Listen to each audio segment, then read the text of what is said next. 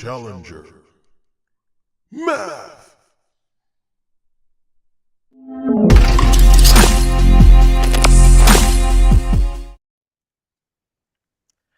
What's up, everyone, and welcome back to another episode of the Pixelated Echoes. This is episode 36. We are March 16th, 2025. Of course, I'm your host, 3-Bit, and we got a great show for you guys lined up today. It's going to be really fun. I appreciate y'all for jumping in live. I was just on Web Dave's show. I'm having computer problems, y'all. So hopefully it won't interrupt this episode. If not, these guys got me. But host 3-Bit, and it's gonna be good. It's gonna be a good one. For those who don't know, like my computer, it feels like it's haunted. There's a radio tower near my house. I hear random noises of this radio show. It usually stops right before this show. So I usually don't have that many problems when we're filming live, but I was on Web Dave shows right before and I had issues. I was like, dang it, I forgot about this. It happens on specific days too. It happens on like Sundays, the beginning of Mondays, but then the rest of the day is fine. It's like I'm starting to like write down when it happens. It's like it's kind of annoying. But appreciate everybody for jumping in live. We see you. Thanks for checking us out. We're back at it. And we're going to get into some interesting news in gaming this week. So we got the Yeehaw Man this week. We got a different camera angle too. Yeehaw Man. The Mad Fun Speculation. How you doing, man? What's up? Yeehaw, what's up, everybody? It's here. My name's Matt. I'm the Yeehaw Man, coming to you live here on Pixelated Echoes. Yeehaw, everybody. Yeehaw. Yeah. What's up, guys? And ladies as well. Hope everybody is having an awesome day out there in gaming universe. We got some fun things to talk about. Glad to be here. It's been a while since I've been able to be on one of the shows on a Sunday here. So looking forward to it. Yeah. What you been playing? Avowed, primarily. Some Monster Hunter Wilds, a little bit here and there. Balatro still. Kind of making the regular rounds of those games. I just did get a deal. Newegg had a sale for Assassin's Creed Shadows, so I just copped that. And looking forward to it. I decided I was having a debate internally about how I was going to get the game, right? Because I always have, with gaming this day and age, now you just have to make a decision. Am I going to get it on PC? Am I going to get it on Xbox? Or and I had settled that I was going to probably just subscribe to Ubisoft Plus again and access it that way, because with Ubisoft Plus you get the PC version and the Xbox version as well, right? But instead, because of the sale on Newegg, and also Xbox and Ubisoft announced that it will be supporting the stream your own game feature if you own the game on Xbox, I had made the decision to go ahead and play it that way. So I just bought it on Xbox, and it'll be great to be able to just easily boot it up onto my tablet via the cloud at night too, when I'm chilling in bed, hanging out, watching movies with Kate. So yeah, I just got that, and yeah, I'm excited for it. Been like fighting FOMO for WWE because I haven't really played a wrestling game much in a while, you know. But I think my FOMO is winning out on there. I mean, not winning out. I think I'm okay. I've survived the initial wave. So if I can make it past like the first week, then usually I'm good, right? And people stop talking about it. Yeah, exactly. And I got Assassin's Creed to look forward to. I'm getting further into Avowed too. I want to beat it, but man, these PC stuff, dude, I hate it sometimes. I tried booting it up today, and I'm getting this error message that I gotta like update my motherboard. Ridiculous in my CPU and stuff, and go into the BIOS and gotta install this update on a thumb drive, and then go to BIOS and update it that way. And I'm like, oh my god, I that's the part of the PC world I don't like, man. But literally, it gives me errors. It says Avowed has detected that your CPU is out of date. Blah blah blah. and I keep getting crashing when I'm trying to launch it today. So That's the thing yeah, if about it doesn't work, PCs, I'll man. have to just keep playing on the console. It's fine too. Yeah, yeah. That's something we talked about with PCs. Like consoles have the convenience of like they build the games for said console. Of course, there's gonna be bugs and crashes on consoles Yeah, as well, but it's just like PCs. It's like very specific to your potential hard drive. So you have to look up your hard like your problem could be so condensed that maybe you're the only person experiencing it. Like right now with yeah. my radio tower, like I look up like, hey, has anyone ever had a problem with a radio tower that affects their mouse and keyboard and webcam? And there's like maybe one result from like a thread from like 10, 11 years ago. And then the guy's like, yeah. I'm like, well like, what else? Like, goodness. But Yeah, I had that problem. Good luck. yeah, good luck. He's like, what did you do? What What did was you do this to fix all? it? I don't think I ever did. I can't remember. I He'd be like, I moved. moved. Yeah. Yeah, I moved. Yeah, it's not a thing anymore. I'm like, oh dang. That'd be funny if he lived in this exact house. Like that was the Yeah, I lived at this house in Georgia this one time, and it was a nightmare. I mean, this radio show was just interfering with all my stuff. good thing I got out of there. And here I am. Buzz, man. Joining me as always, the racing guru, the real life Felix the Cat, my co-host, the fuzzy Belvedere. What's up, man? And what's been in the rotation for you this week? Oh, I'm doing great. Glad to be here with you guys. The usual stuff is in the rotation, although some different things because I was on the road. Went to Monster Mania this weekend with the wife over in Cherry Hill, New Jersey, but still managed to get some Forza Horizon 5 time in there, doing my daily routine, getting the cards for the week and stuff, or actually more so the like the free car cards that you get, after you do so many points in a week. But played a couple of what do you call them? Steam Deck games that I picked up on Steam for like dollars during like their, I think it was their winter sale.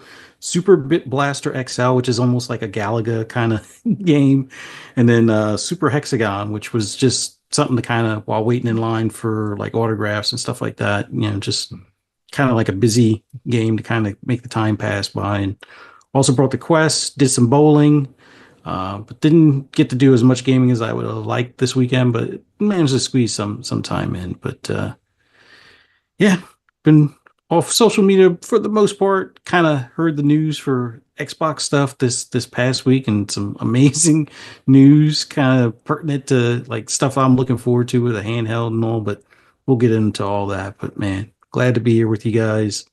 Yeah, we got some interesting stuff to get into today. Yeah, yeah.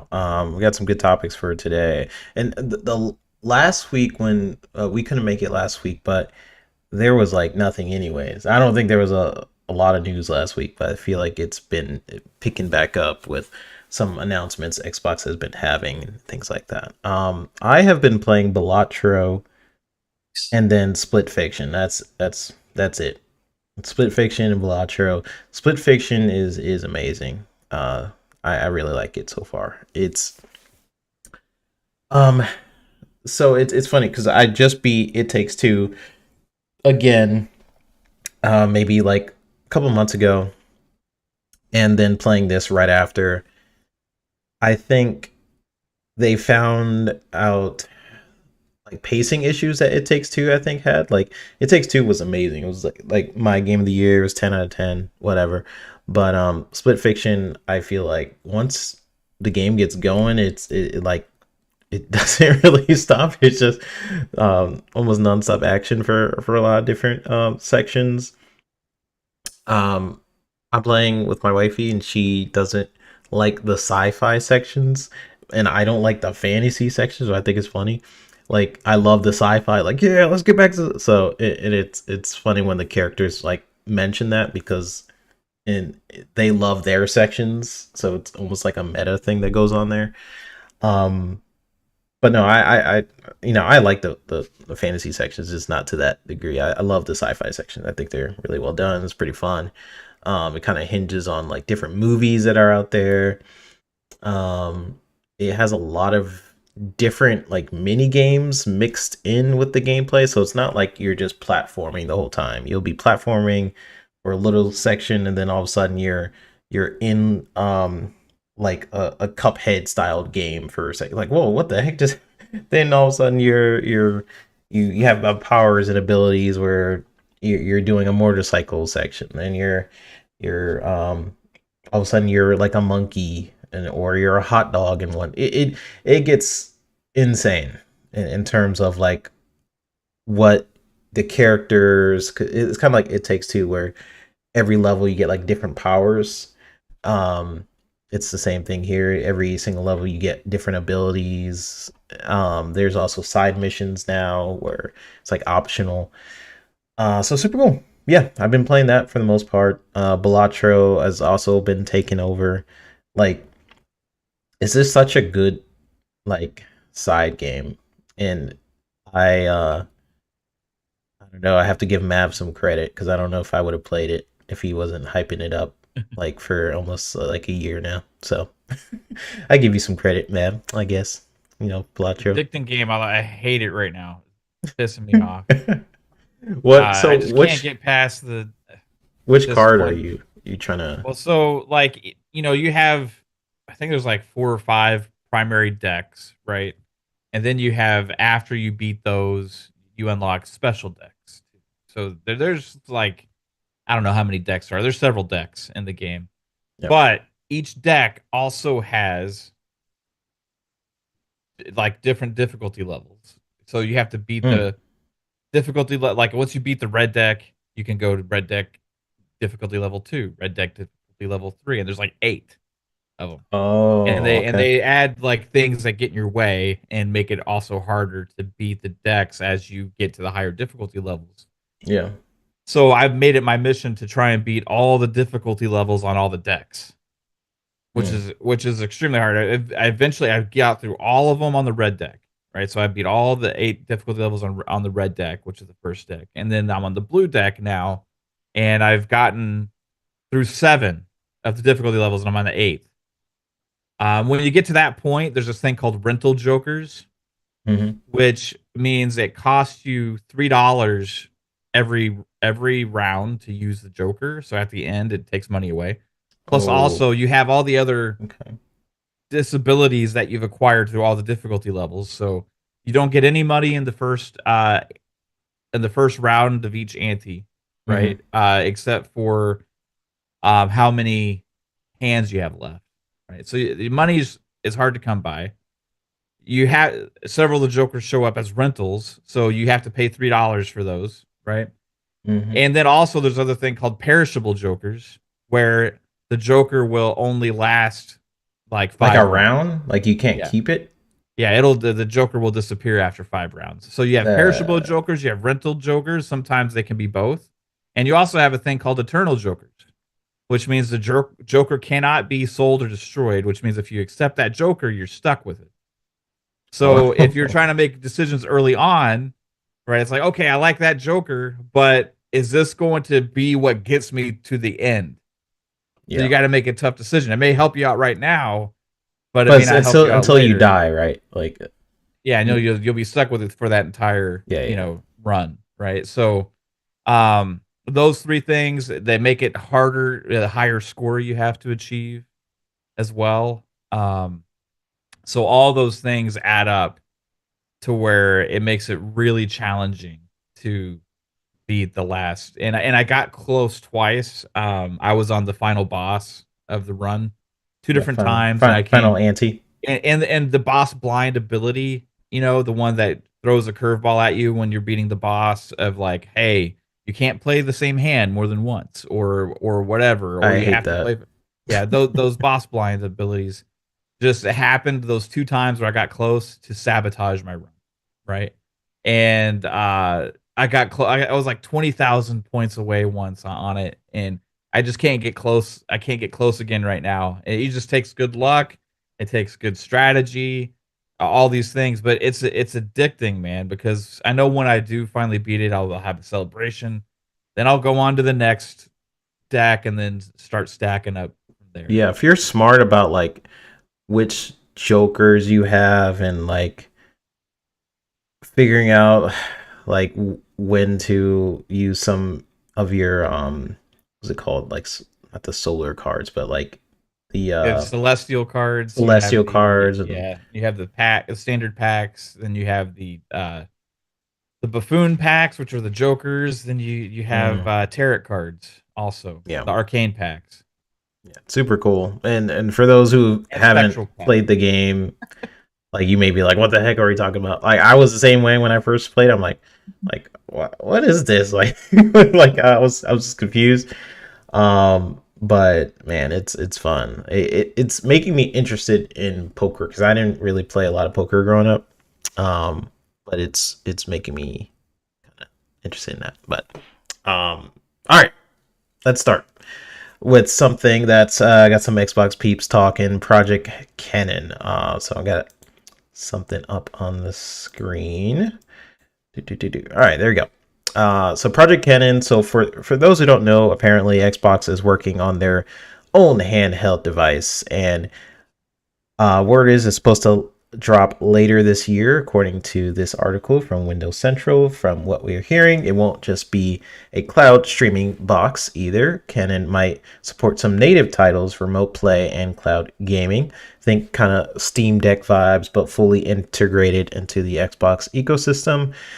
I'm going to read an excerpt from the article from our good friend, Jez Corden. I believe he wrote this one.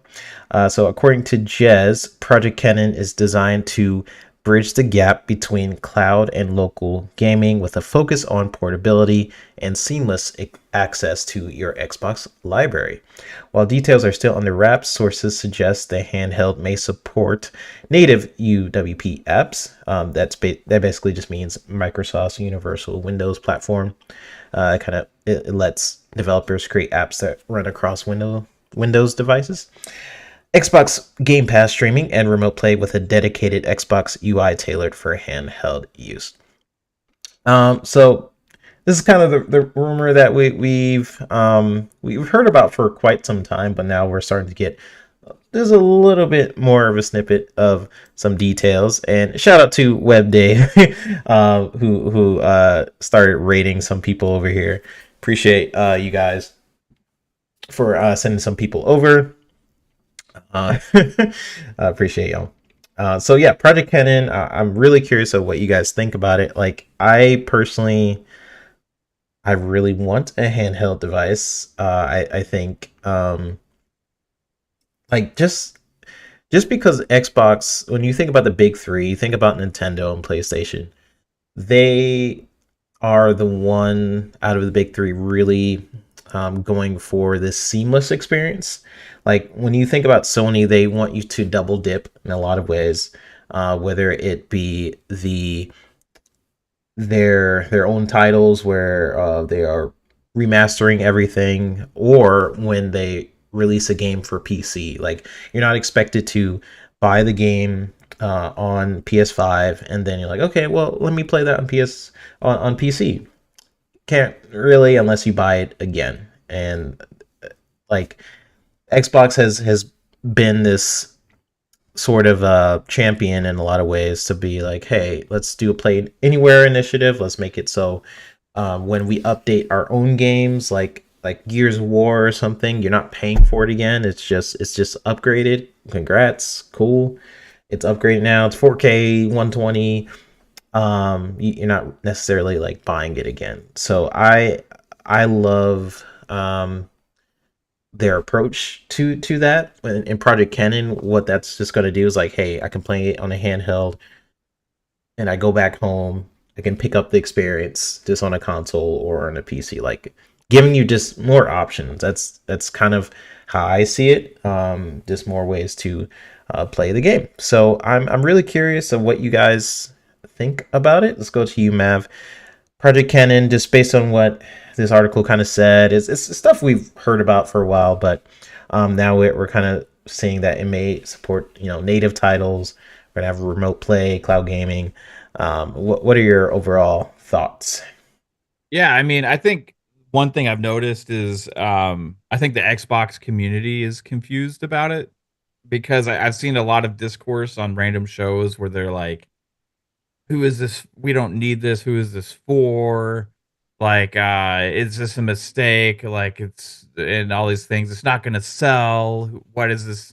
What does this even matter to have?" Like, and I'm like, these devices already exist. Like we have the MSI Claw, we have the Asus ROG Ally. The main difference is this is going to be like the first one where Xbox has their update to where it's more centered around gaming and helping the interface on the devices to access games, where the biggest drawback of the Windows-based third-party devices that are coming out, which there's several of them out there, right? Lenovo has one, MSI, Asus, and I think Razer and more. That tons of these devices exist. That this is going to benefit any of the new devices that come out that are going to be default running this kind of Xbox OS. This is just the first one. I think their partnership there is they're trying to cement it and kind of give it like this Xbox kind of identity and theme. And we'll see what happens with some of the other third-party devices that come out as well. Steam has a version like this, call it with Lenovo, a third-party device as well. So I think this is gonna. What I hope happens is this kind of default replaces the Windows-based devices with the whenever these companies come out with new iterations. As instead of Windows-based, it's like Xbox-based, right? Because that's Xbox's whole idea going forward is to unify the experience between PC, console, cloud, all of those different things to make a more unified, easy to access experience, right? So this is just going to be the first end of that. And it's not taking anything away from what Xbox is doing on consoles. It's not taking away from anything else. It's just the improving the experience for anybody that buys one of these devices and entices them more to use the Xbox ecosystem on that device. So it's not a loss for anybody out there, as you will still be able to experience other storefronts if you want to use those as well. But if you are a gamer that has a Xbox library on your PC, we have a Game Pass subscription, all those other kind of things, it's going to default boot into this mode that's going to give you all of these things right in front of your face instead of, hey, this is Windows and it's clunky and I'm operating this and it doesn't really feel right because this is the gaming device, but it doesn't feel like one until I get into one of these other modes like a Steam or something like that, right? So I think that's just the overall idea, and I think it's the start of something is also because when they launched this is their idea for next gen. This is their idea for everything, and they got to start somewhere with this, right? And it's better to start using third-party devices than your own device when you have so much work to do and infrastructure to build around accessing our libraries and everything around this. So I anticipate this to launch. I think it's great for people like me that play in multiple ways, that have a PC library, that do play on the cloud and all that kind of stuff as well. Who it's not great for is if currently you have an dedicated Xbox console library and you are expecting to get that experience on the handheld, right? If you're looking for that right now, you're not going to want to get this device yet until they announce their workaround or get more information on how they're going to allow more your console library to be playable natively on those devices. And that's something they're working on, but it's not ready yet. And eventually they'll get there because it's a very important mission for Sarah Bond and the rest of the team to get around the hurdles all involved with making that work, right? So they'll get there and they'll do that. But at launch, this thing is going to be the first entry into that where they're working towards that one ecosystem future where that's the key, right? And we've been talking about this on our shows and speculating on this is like, how's it going to look? How's it going to work, right? And they've made comments and we've heard insiders from leaks that like they are, working on that aspect of it, getting your console library. And I'm not talking about first party because first party works because they have the PC version, right? What I'm talking about is like if I just bought Monster Hunter Wilds, right? If I had bought it on Xbox, it's not Xbox anywhere. So I wouldn't have access to it on this device, right? The fact that I bought Assassin's Creed Shadows on Xbox means on this device I would have access to stream it, but I won't have it natively, right? Unless it was Xbox Anywhere. So those are the things that eventually they're going to work around and add more games into Xbox Anywhere in the meantime until they actually get around the licensing of our backward compatibility in our library to add everything from all the third parties and all these other companies in there, which they're really trying to do. So I think it's going to be an experience that's going to be better than the existing Windows based options, but it's not going to be like this is an Xbox yet, but it's going to be the starting point and the building of the foundation for that. And they got to have the device out there in people's hands so that way they can release feature updates, and get feedback, and then testing cases and all this other kind of stuff. And like I said, they're going to have more and more of these devices out there from different companies at some point. Also, I think we already heard that there's probably 3 or 4 of them in the works right now, and I think probably they're more or less just the next iterations for all of these other Windows-based devices out there, because this should replace that. If Windows and Xbox is unifying as an ecosystem for gaming, then that should replace that for those devices because it's better for those devices. If they're Windows based, to be the OS to be built more around gaming and what you launch into. So I'm excited about it. I think that overall it's going to be just a starting point. This is not the Xbox native handheld device, right? That they're going to be making themselves. But it's something that over time is going to continue to get better and better as more devices keep coming out and they do more updates and features regarding game access. And that's the key thing, because this thing's going to be powerful. Probably it's going to be able to play any of the new games that come out. It's going to be able to play any of the library that you do have that's accessible natively on the device. So anything that's on the Xbox PC storefront now with Xbox Anywhere, you're going to be able to access that way. I'm hoping it has a great Wi-Fi. That's another key thing, because part of it is access to those games that are stream your own game, or to stream games that are in Game Pass as well that aren't available natively, also on PC. So all of those things, checking all those boxes, I think it'll be a good option. Like, it would make more sense for me than playing How I Am Now on my tablet, because that's just available with the cloud. You know what I mean? But if I get this, I can play the games that are available natively. If it's not available that way and I decide to buy a game, I can access it on the Steam store. Or I can, play it via the cloud. So it'll be that's just what it's going to be, and I think overall, it sounds like a good starting point for me.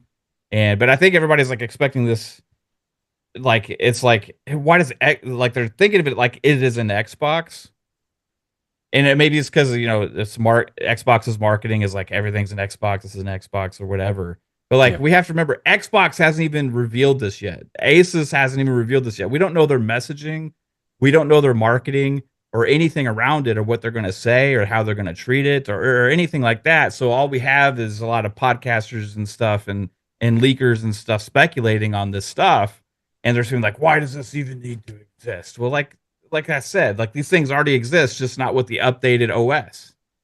So I think it'll be cool to have that updated OS with the buttons made more like Xbox, that kind of stuff, So I'm looking forward to it, man. I think it'll serve a purpose for people. Like, just imagine this, right?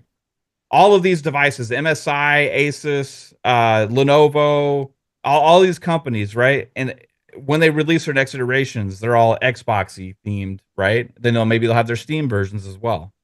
But you go to the store, you buy one, you boot it up, it's into Xbox mode right away. It's not like something that's like people are saying, well, this has to replace my console. It's for the audience that's looking for PC based handhelds. So by default of the people that are looking to buy PC based handhelds, it's going to boot into the Xbox, which is an advantage for Xbox in that regard, and they'll win over some customers into their ecosystem just by default. Yeah, I think in a way, them kind of taking the Windows approach, where like most people in the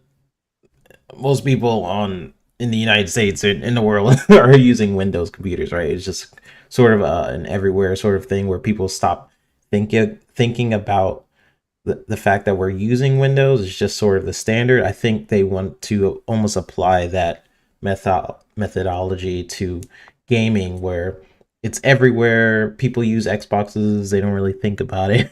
It's, they use the mobile version, they use the console version, and you're playing on PC.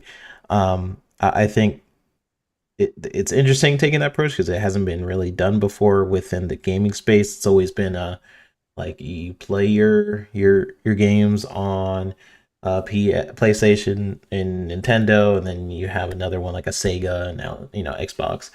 But they're sort of taking this approach where it's like, yeah, you could still play Xbox on PS5 and whatever, and you could access it on your PC or your TV. It has Alexa. It is. They're saturating it in a way where even different brands, like I remember it was a thing where their competition being Amazon in a lot of ways.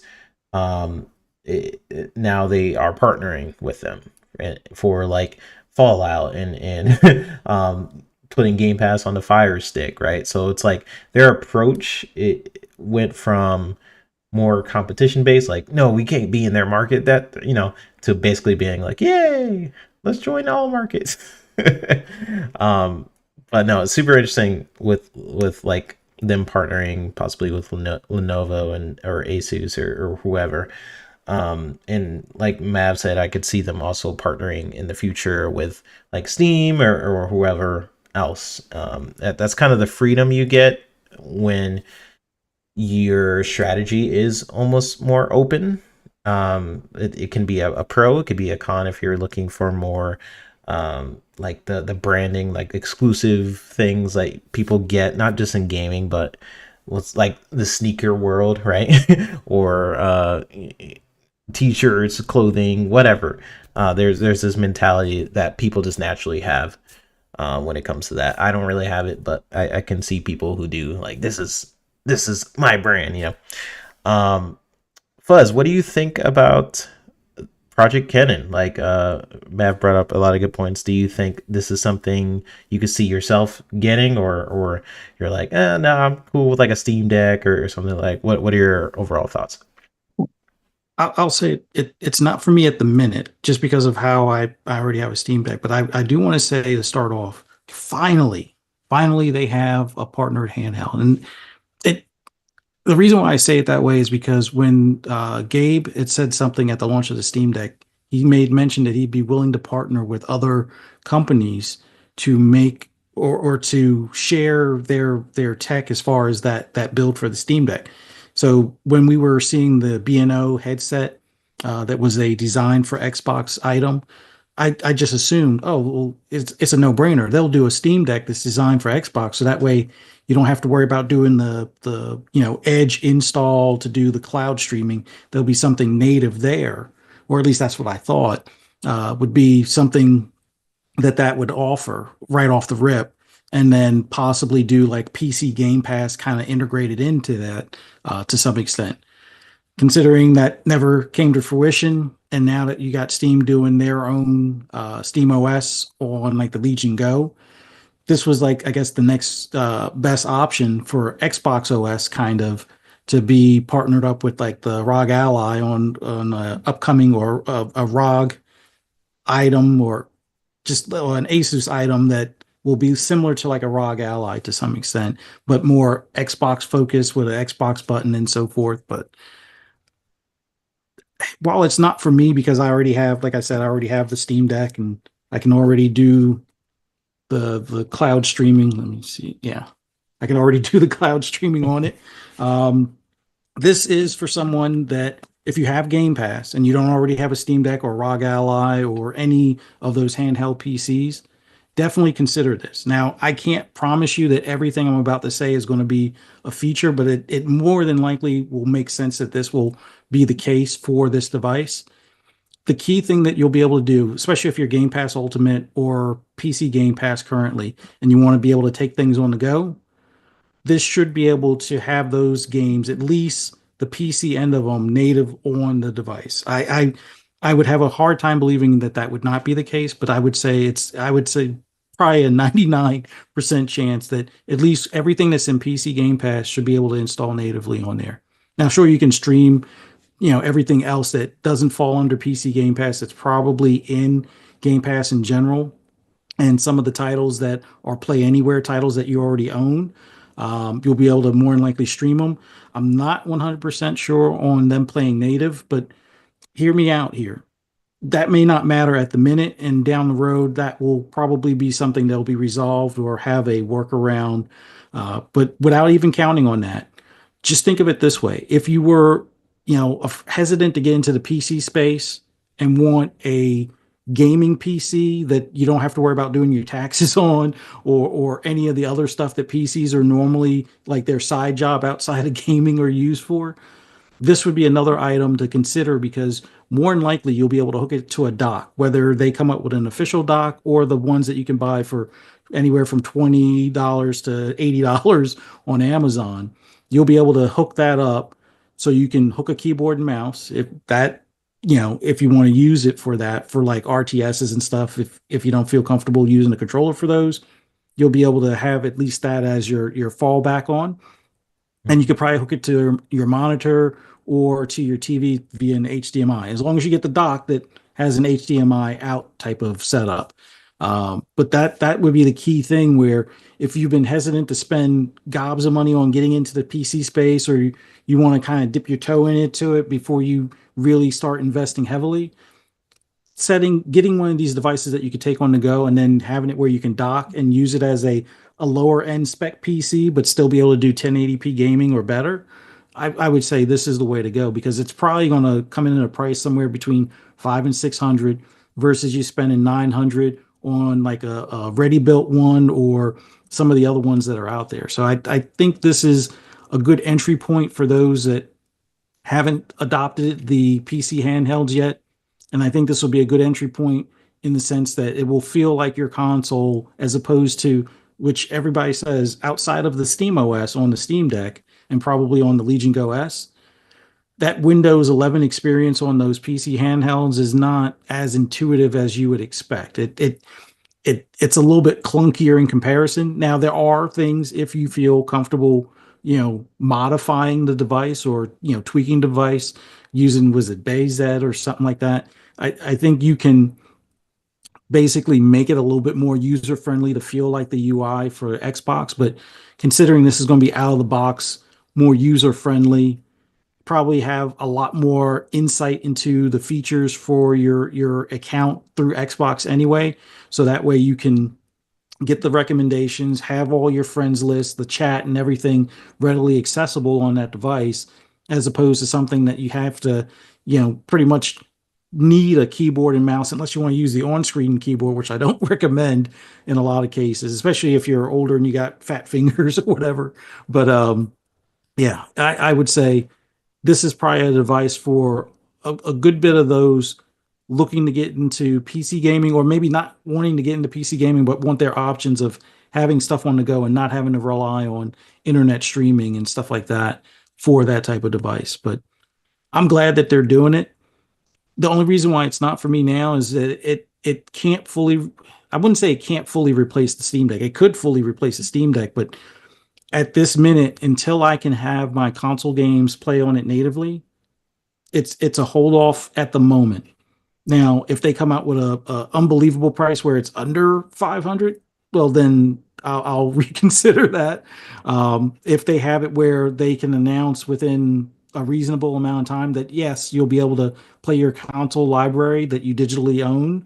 Your physical copies, I don't think you'll ever be able to do anything about. But if they make mention of something like that, then yeah, this will more than likely be the item that replaces the Steam Deck. But I'm more confident that the next one that they have, that'll be the one for 2027. I think that's when the console and PC store will be more unified, and you won't be able to see a distinct line between the two.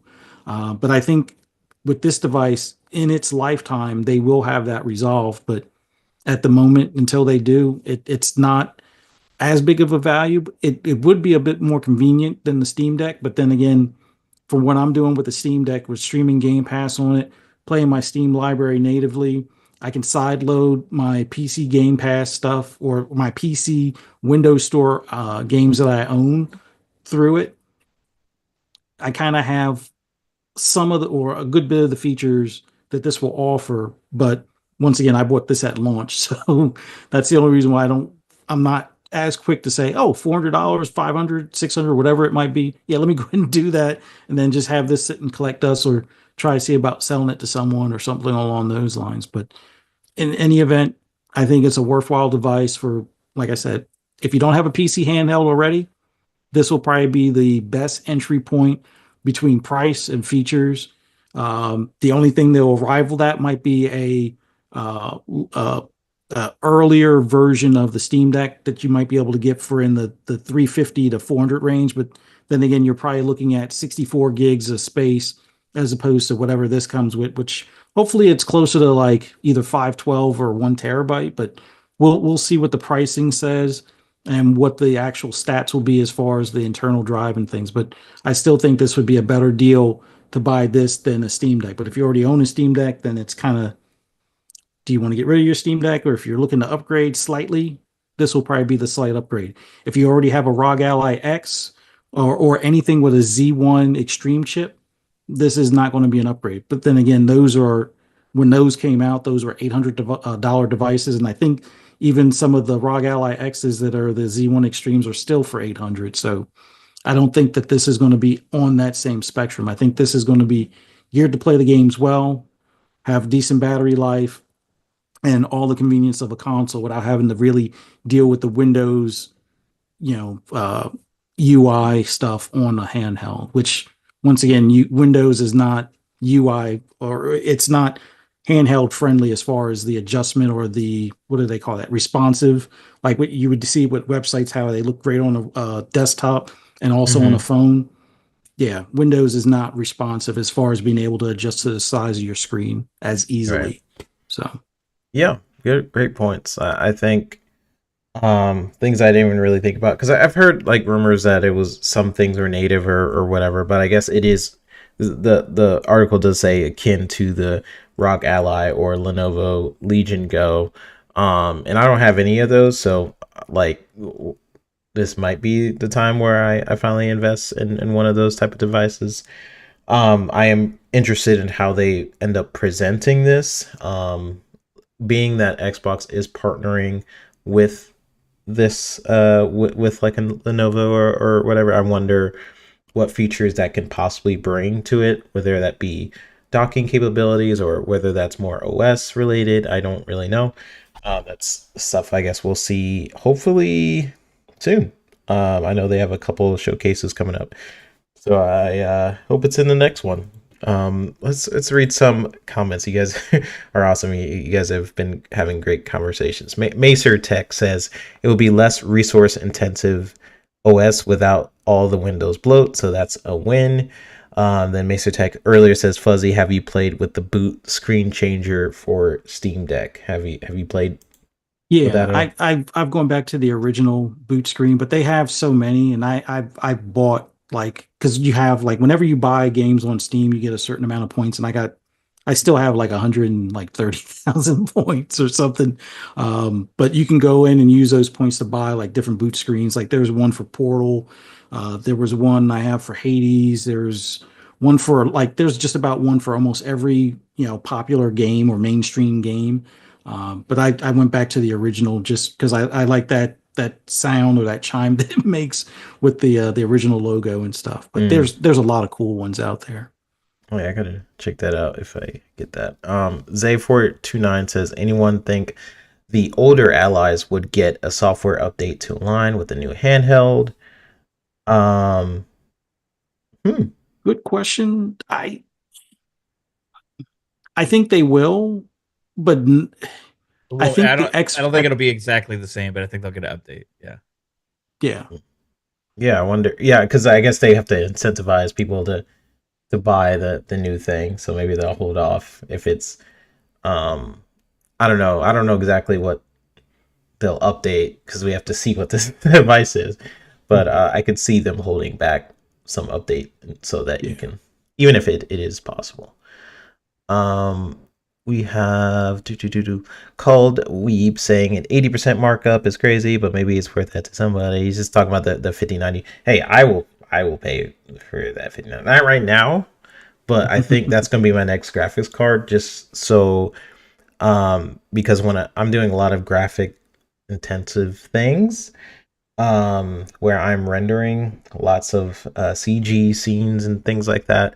Right now I have the 3090, so eventually I'm going to make that upgrade. Prince Green says I will be waiting for Steam Deck 2, Switch 2, or Xbox handheld in 2027.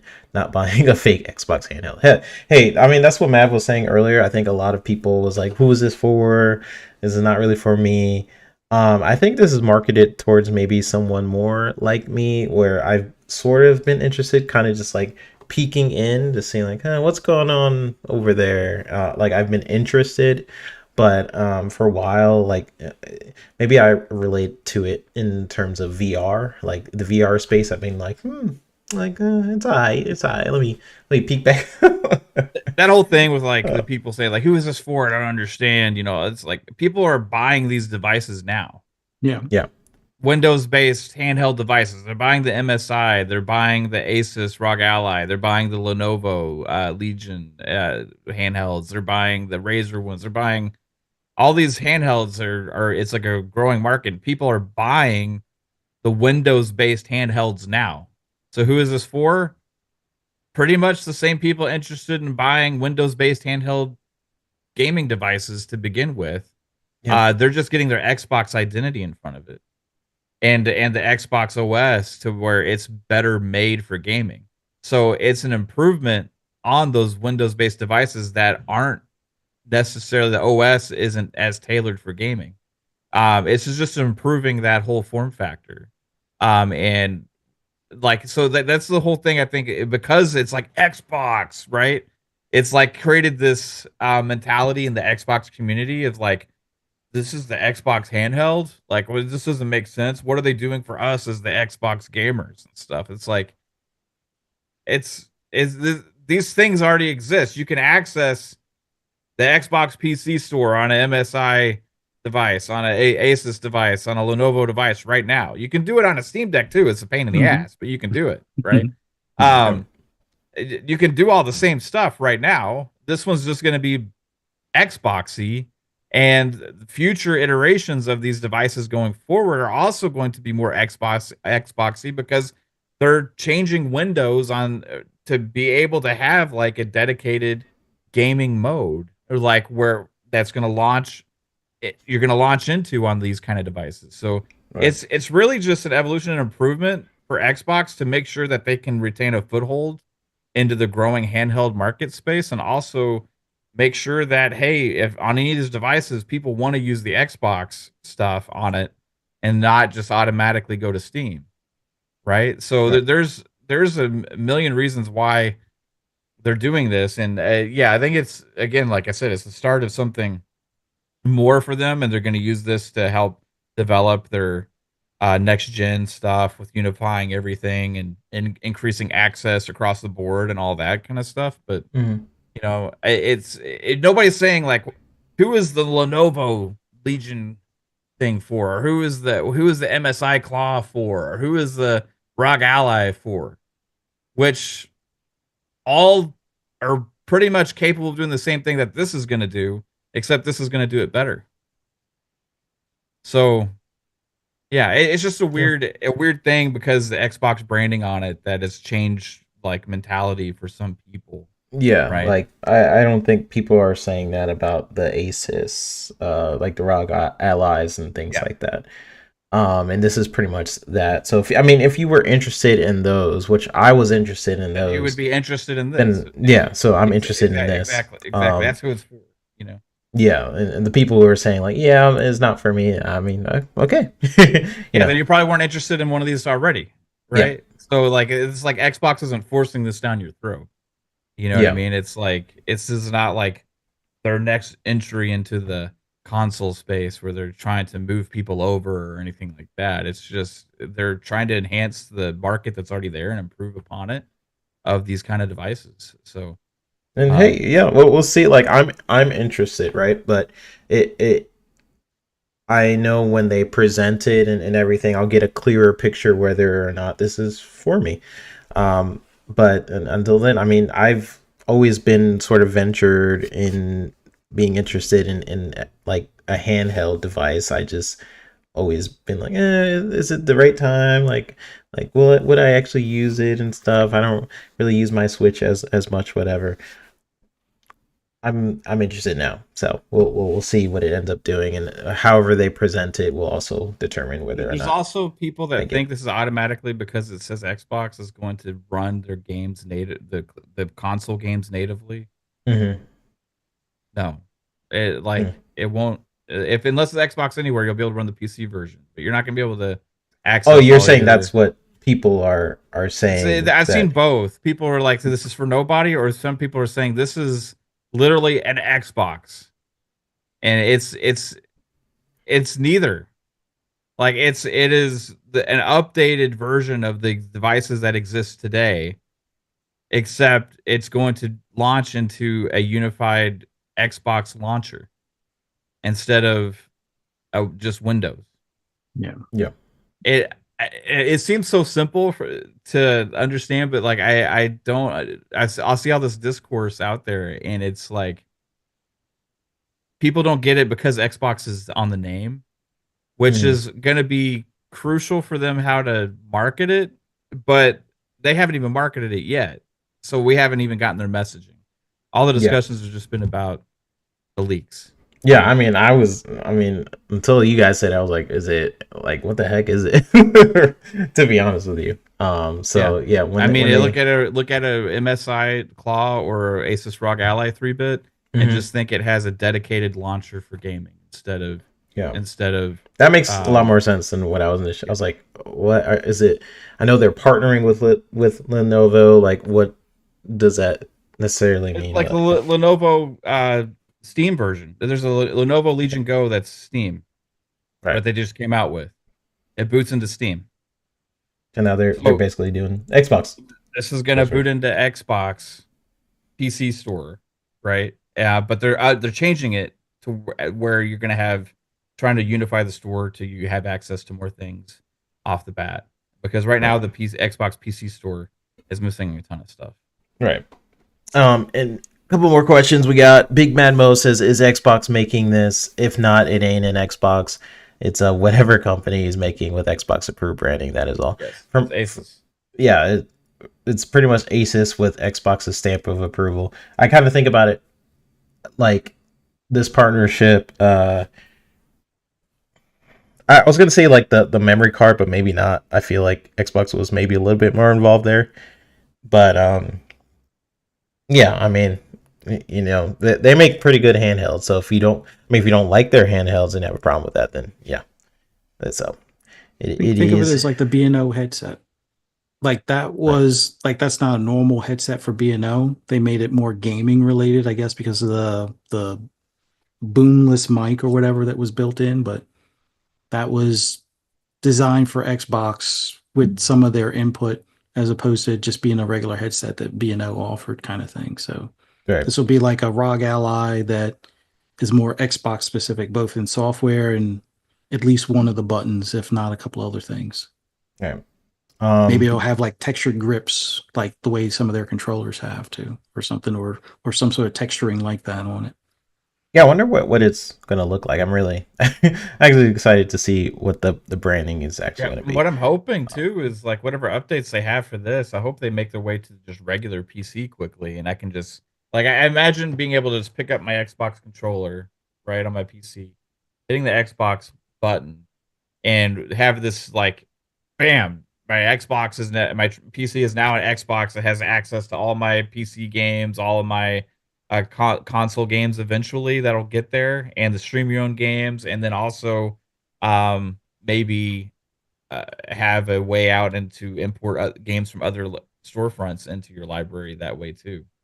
Like the that's what they're going for is to have this kind of just streamlined thing right now where it's kind of everything's a little clunky and discombobulated because they have the Xbox app, they have Game Bar, they have the Windows based devices that aren't really any of the above right now. You just kind of have to go into the separate apps like a PC, and it doesn't necessarily Mm-hmm. work that great.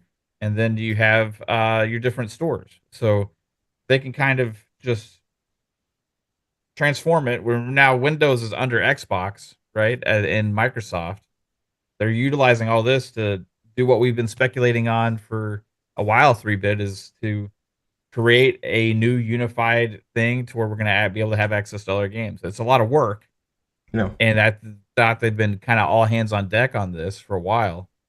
And like Sarah Bonds pretty much said so, also.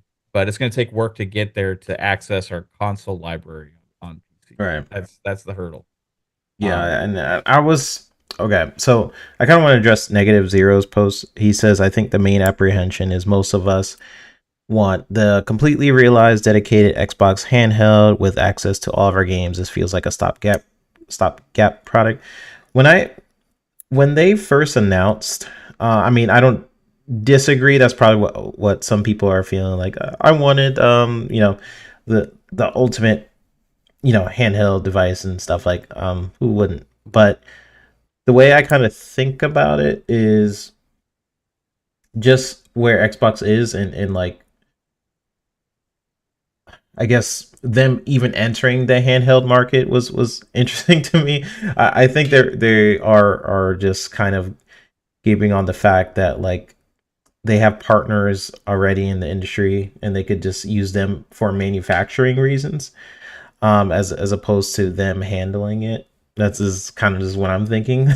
um, them handling the handheld manufacturing, figuring out that industry, or they could get someone else to handle all that for them and just kind of just partner with them. I would rather the latter, but like, I can see why they want to go this route of just like partnering, seeing how successful it is, because Nintendo kind of dominates this market, the handheld market.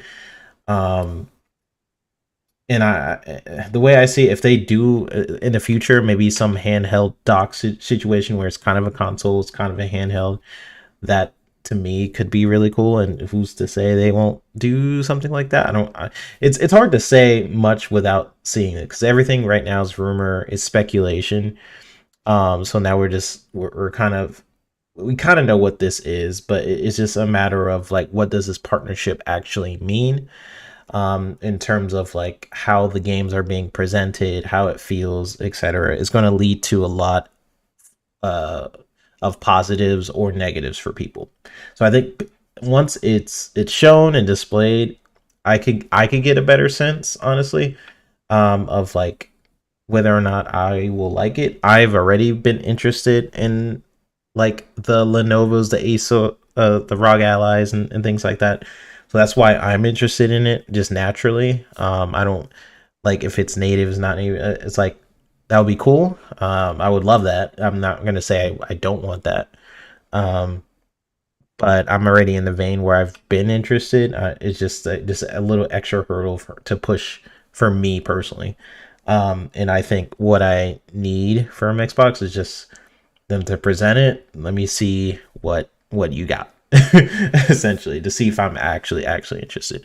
But I mean, Fuzzy and Mav mentioned, like, Fuzzy's point of view, like, he has a similar device, so it might take a little bit convincing for someone like Fuzzy. To me, I've already been kind of interested, and then Mav, I think it's pretty interesting. So we'll just have to see. But I mean, I don't disagree with you. I think the preferred thing would be like, hey, Xbox makes the ultimate handheld. It can dock. It's basically the next gen sort of thing. I think that's what a lot of people were kind of thinking.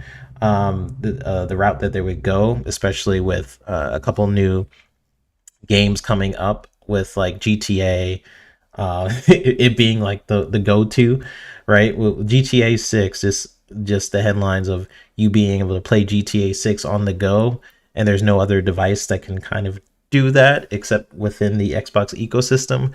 That's pretty big. Um, that'll be pretty big. So yeah, I mean, we'll figure out how they end up doing everything, but yeah, appreciate everybody for coming on by. Let's get to our second topic, y'all. So this second topic, let me move this window. There you go. So this second topic is about Ubisoft. Ubisoft selling some IPs, and I'm really interested in Mav's point of view on this. I'm sure people are just, we were talking about a little bit on Web Dave Show, me working at Ubisoft and things like that. It was in the past. I mean, it wasn't even that long ago. It was like 3 or so years ago when I worked at Ubisoft. So yeah, this one is really interesting though. So we got Ubisoft shareholders are apparently in talks to sell off some of their IPs. We're talking about the big hitters, maybe Assassin's Creed, Far Cry, Splinter Cell, all potentially on the table. It comes after some internal drama at Ubisoft with some accusations of mismanagement and all that. So naturally, people are asking, could Xbox swoop in and grab some of these IPs? So I'm just kind of imagining like Xbox picking up a Splinter Cell, rebooting it, putting it on Game Pass, things like that. I'm like, ooh, that would be amazing. To me, where it gets interesting, if we go into speculation town, Xbox does get some of these IPs. The next conversation is, for me, what do they actually do with them? Which studios do you hand them off to? Right? Let's say they get a Splinter Cell. Let's say they get an Assassin's Creed. I've seen people speculate on that. But I haven't seen people speculate on okay, they got them, what now? Like, it helps that Xbox has a ton of studios now. The current approach has been to let those studios breathe and be creative.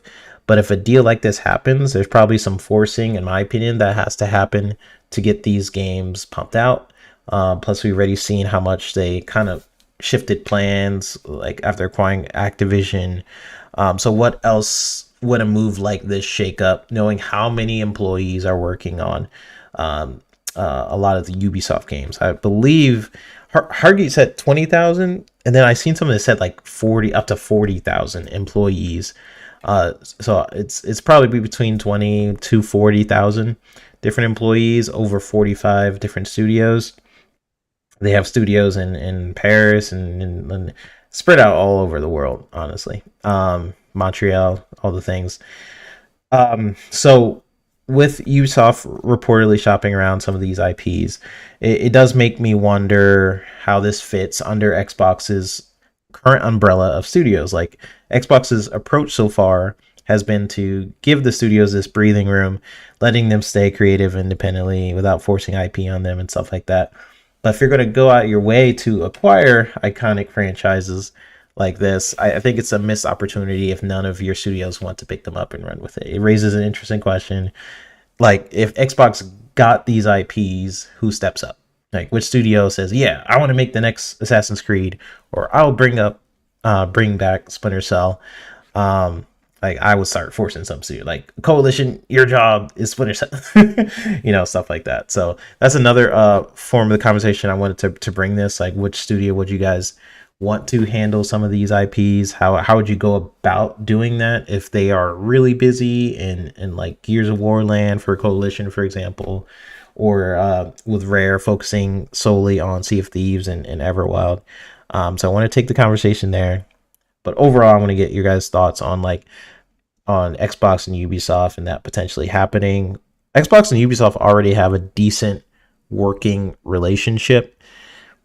Xbox, giving Ubisoft the cloud streaming rights for some Activision titles. I couldn't remember if it was Activision titles specifically or if it was all of Xbox. If you guys can remind me of that, but after the merger, but there's already some trust and collaboration there.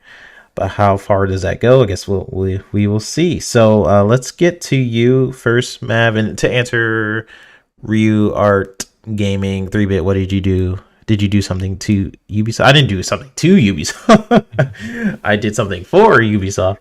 I did some of their artwork, their menus, different asset building in some of their games like Rainbow Six and things like that.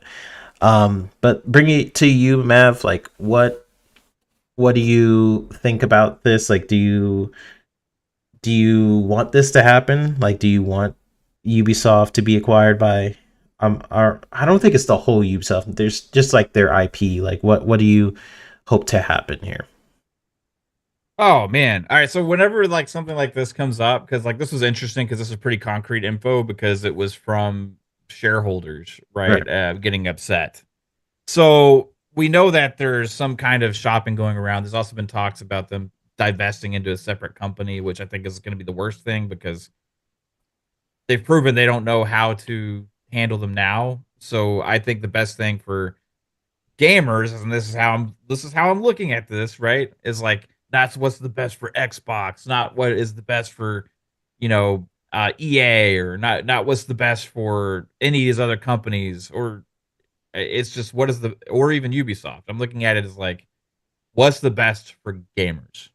What's the best outcome here to cause us as the gamers to get the most good games from these IPs, right? Yeah. So I look at the field. I look at the options out there. There's options. Like who's capable. First off, well, you could divest and sell IPs to a bunch of different companies and smaller companies and stuff like that. Which you could do that. Like you could sell Far Cry to EA. You could sell Clancy to Xbox. You could sell um Prince of Persia to 2K. I don't know. You could make the rounds and sell things to tons of companies. You could decide to sell things to smaller companies. They could say, Crytek, are you interested in buying Far Cry? Oh But can yeah. they afford it? So I don't know. There's a bunch of interesting things there about like who's capable. So I look at first off who's capable. I think EA is capable. I think 2K is capable. I think Microsoft is capable. I don't think PlayStation is capable right now, because they don't have the extra cash. Plus, also, they don't have the studio prowess to even make their own games right now. Who's to Yeah. say they can make a bunch of new games also from other IPs? So I look at it as what's the best for everybody as gamers. And for me, I look at Xbox as okay, well, their games are going multi platform anyway, right? So if you're a PlayStation guy, doesn't mean you're all of a sudden not going to get their games going forward, right? If you're a Xbox guy, you get them in Game Pass and all that kind of stuff, right? Also, we know how many studios Xbox has, and they have a crap ton. But with this also comes, I think, the necessity to either bring in more developers or teams from Ubisoft and make that part of the deal, offload some of the heavy amount of cost that they have. You just because especially if they're selling IPs, like they have so many developers, and if they have even less IPs to make games for, they're not going to need them. So it's either going to be layoffs, and which I think is going to be bound to happen regardless of all this. There's going to be a lot of Yeah. cutting and stuff, or hopefully, some of them can transition into like maybe a different company or something along the way with some of these IP.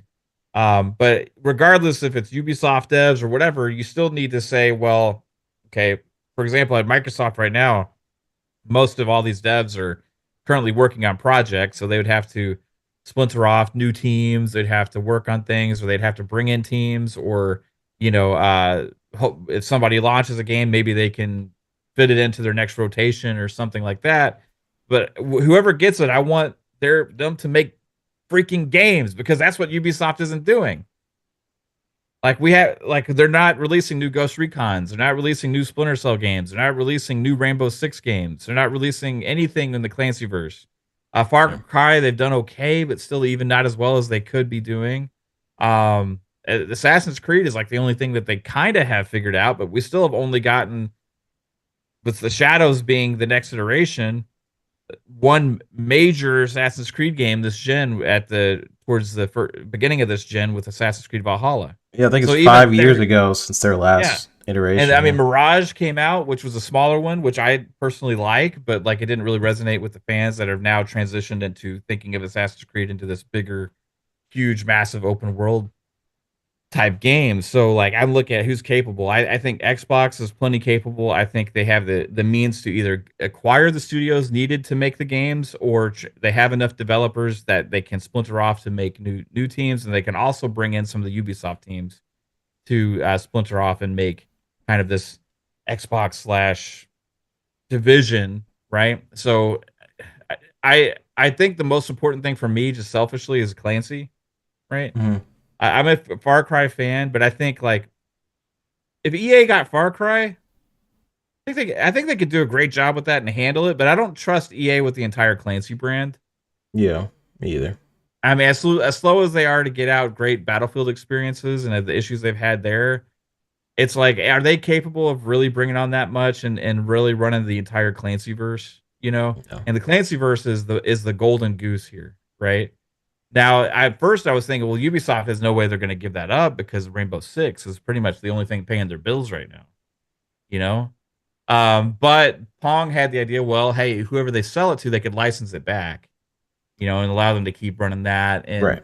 maybe make updates to future Rainbow Six Siege games and stuff. That's what I'm wondering, like the extent of them licensing. Like they don't have to license it and then they could never touch it again. I wonder if it's like a temporary license thing, or maybe the game but not the movies or show, because they have a lot of Yeah. shows too now.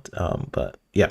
Yeah, and I think there's existing deals like with Amazon and stuff for part of the Clancy IP and things like that, and so I don't know all the deals that are currently in place, but regardless, I just want the best for the franchises, which means the best thing for the gamers, right? And I think Xbox would be hands down the best thing for the Clancy brand. So I hope that they will let it go like Eves and just let it go to somebody who can handle it. Like we haven't had a Splinter Cell game in since the 360 era. It's just Yeah, ridiculous, we got Blacklist right? on the screen right now.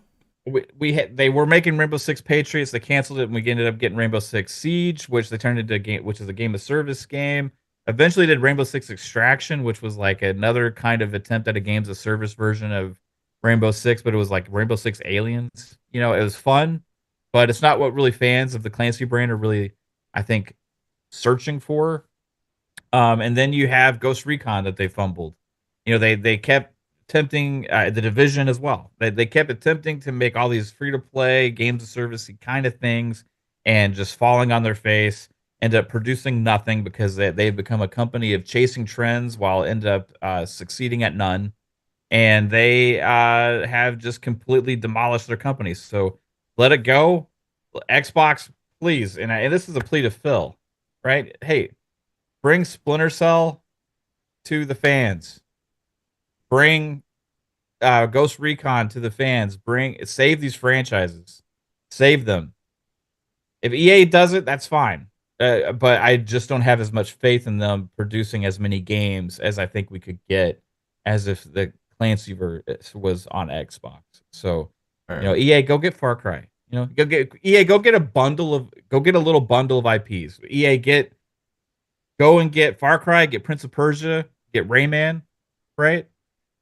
Cool. I think EA would do great with those. They do great with Rayman. Less expectations to have as much, but the whole Clancy verse having the Division, Rainbow Six, Ghost Recon, and Splinter Cell, they need to go to somewhere where they have the capability to really make the most out of it. And for me, that's Xbox.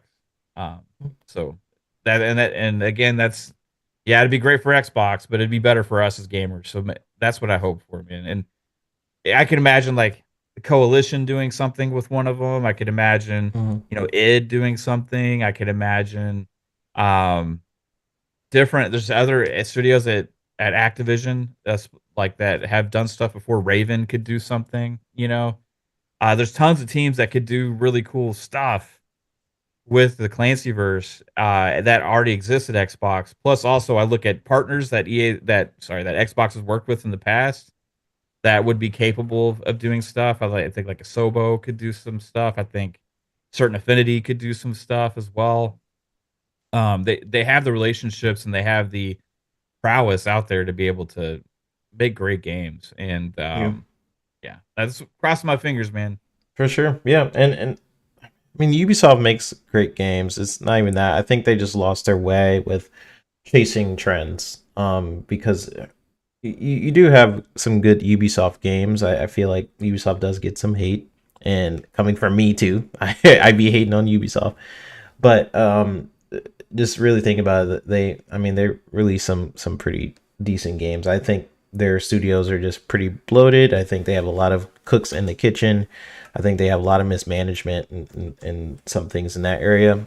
So I would love to see a studio like Xbox acquire a lot of their IP. I guess the question for me afterwards would be like, okay, they have the IP, now what? Because you have they do have a lot of studios now. They have a ton. They're number one in some ways, number one publisher right now. So what do they do with that? Do they start forcing teams to like do some of these IPs like a Splinter Cell or Assassin's Creed? Like these are big name IPs that a lot of people love. And you can't just at that point, like Xbox's current DNA of just letting studios breathe and do their own thing and stuff like that. You can't do that right after you buy an IP like this. You could be like, hey, Coalition, you're working on Splinter Cell. You know, it has to be something like that, in my opinion. But Fuzz, what are your thoughts, man, on like this potentially happening and what Xbox could do about it if they do acquire him? Yeah, this is a tough one, only because, much like Man you mentioned, it use. I just wish he would step aside, but that not being the case. I'll start off with the things that I would like to see EA get first, which I don't know if anybody's mentioned, but I think I said this on Friday as well. Um, the Crew Motorfest. Let Codemasters handle that. I mean, sure, Microsoft could handle it, playground games, but then that's killing off, Forza Horizon's only competition, even though, yes, it's not the greatest competition, but it's still competition. Let the EA have the Crew Motorfest. That fits right with Codemasters. That gives them a games as a service game instead of focusing on turning, Need for Speed into a games as a service game. I think that would be the better approach. Um, I know Sony. I won't say they're broke, but I know they're tightening their purse strings to some extent as far as where they spend. If Assassin's Creed is up for auction, let them have it. Was it Haven Studio, Jade Raymond, Yep. somebody that used to work on Assassin's Creed? I think, if I'm not mistaken, let that group have that or have a crack at it. I know they're working on a games as a service type of thing now, but I think there would be probably a better approach to let one of PlayStation Studios handle that or give it a try. The only other ones I could see, although I can't imagine Herman Holtz being in favor of this, but instead of Guerrilla making another, Horizon Forbidden West or Zero Dawn or Part 3 or whatever, let them handle an Assassin's Creed. I mean, another good one would also be Sucker Punch, but let them continue on doing what they're doing with like the Ghost of Tsushima stuff or Ghost of Yotai stuff and see how Ghost of Yotai goes. And then if that doesn't quite do well, then have them, see if they can't do something Assassin's Creed related. But if Assassin's Creed was to go to Xbox, I would say Obsidian on that one, but it would definitely change the way an Assassin's Creed looks, which might actually be for the better. I think that having it go full RPG might be the approach, but I don't know. I think kind of like what Mav and Pong said on Friday, having Assassin's Creed stay with Ubisoft and let Yves kind of rebuild from that makes the most sense. But I agree with Mav on Tom Clancy. Like a plea to fill, at least get Splinter Cell. Splinter Cell should be like the lowest hanging fruit, the bare minimum that you get from them. Like if you can't get all of Tom Clancy, at least get Splinter Cell. And whether you have them, license them or commission them to do a Splinter Cell, or you have one of your internal teams, which I'm looking at elsewhere, which is one of those new Activision studios. I know they were originally gearing to work on their own IP, but they're a newly formed studio. That might be the easier transition, kind of like Fable, I don't think was the game that Playground Games was originally looking to make, but they kind of eventually, I guess, decided on that because they did want to do an RPG, but I think it was one of those things that was like, yeah, well, this kind of fits what we're looking to do, as opposed to them being forced to do it type of thing. And I don't think it was something that they originally like volunteered for, but I guess we'll find out in the deeper dive type of deal or something like that down the road. But you got Raven Studio, you got any of the uh, teams that are not currently working on Call of Duty, possibly hand it to them. But I would love to see Massive come along with the deal. Like get all of Tom Clancy, get Massive Studio. You have a very agile studio, at least for the division, which is that golden goose that's being underutilized. Like it is such an easy game to make. I wouldn't say easy game to make content. Not like I'm a developer and know what I'm doing, but it seems to have all of the right pieces in place to be that formula that you can do seasonal stuff, updated expansions, and things along those lines to keep people engaged, much like Destiny was in its heyday, much like the Division 1 was in its heyday, and like Division 2 was early on, and then it kind of waned off a bit. That should Yeah. be an easy games as a service Seems like model. that game is not successful just because Ubisoft just doesn't want to update for it. It's kind of crazy to me. Yeah, it feels like they under support it because, well, they were looking for the Star Wars bag. Like I guess they figured, having Massive work on Star Wars, which Massive may have wanted to give that a try to change things up, but I don't think it landed quite as well as they had hoped. Same thing with um, Avatar. I don't think it landed quite as well as they had hoped. But then again, the timing of the movies versus the game, I think that didn't help matters in that sense. But that was one of those things where, not saying that Massive should only be working on the division, but I think they would have probably made more dollars in the long run having them focus immediately on a Division 3 as opposed to those other two games. Like I think they paid probably more in licensing uh, share or cut than what they're really able to pocket or profit from to put towards their next project. I think if they had done a Division 3, it would have been an easier way to recoup some of that expense or cost overall. But that's just me spitballing on it. Um, but yeah, if Xbox can get the Tom Clancy license, you have a lot of the Call of Duty studios. You could probably grow some of those and section them off. Although Call of Duty is a totally different game than a lot of the Tom Clancy stuff, but I'm pretty sure there are some within the fold that would be able to take the source material and improve upon it or continue in its best light or in its best form. Like look at Ghost Recon Wildlands. Like point, I keep on wanting to call it Point Break or Break Point or whatever it was called for the other one. That one didn't quite land because of the transaction stuff for attachments for weapons in the beginning. They eventually fixed it to make it more like Wildlands, but at that point, I think the player base was over and done with it, and only a handful of people came back to it or gave it a second chance type of thing. Make another type of Wildlands or some of the earlier Ghost Recon type of titles.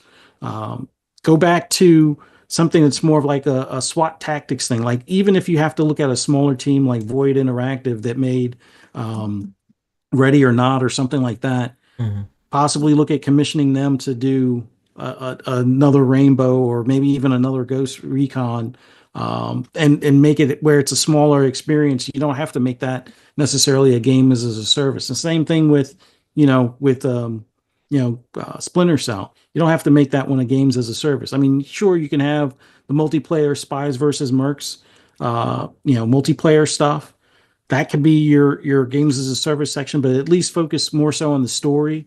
And then if you want to have that as like an add-on, kind of like the way Ghost of Tsushima had its multiplayer stuff or content come later, I think that could work as long as you're bringing back Splinter Cell or more of an origin story of the Ghost Recon stuff. I think that would work as well. But yeah, Xbox, please, like Phil, Matt Booty, Sarah, whoever has to be in that meeting, please get Tom Clancy licensing in as complete as you can.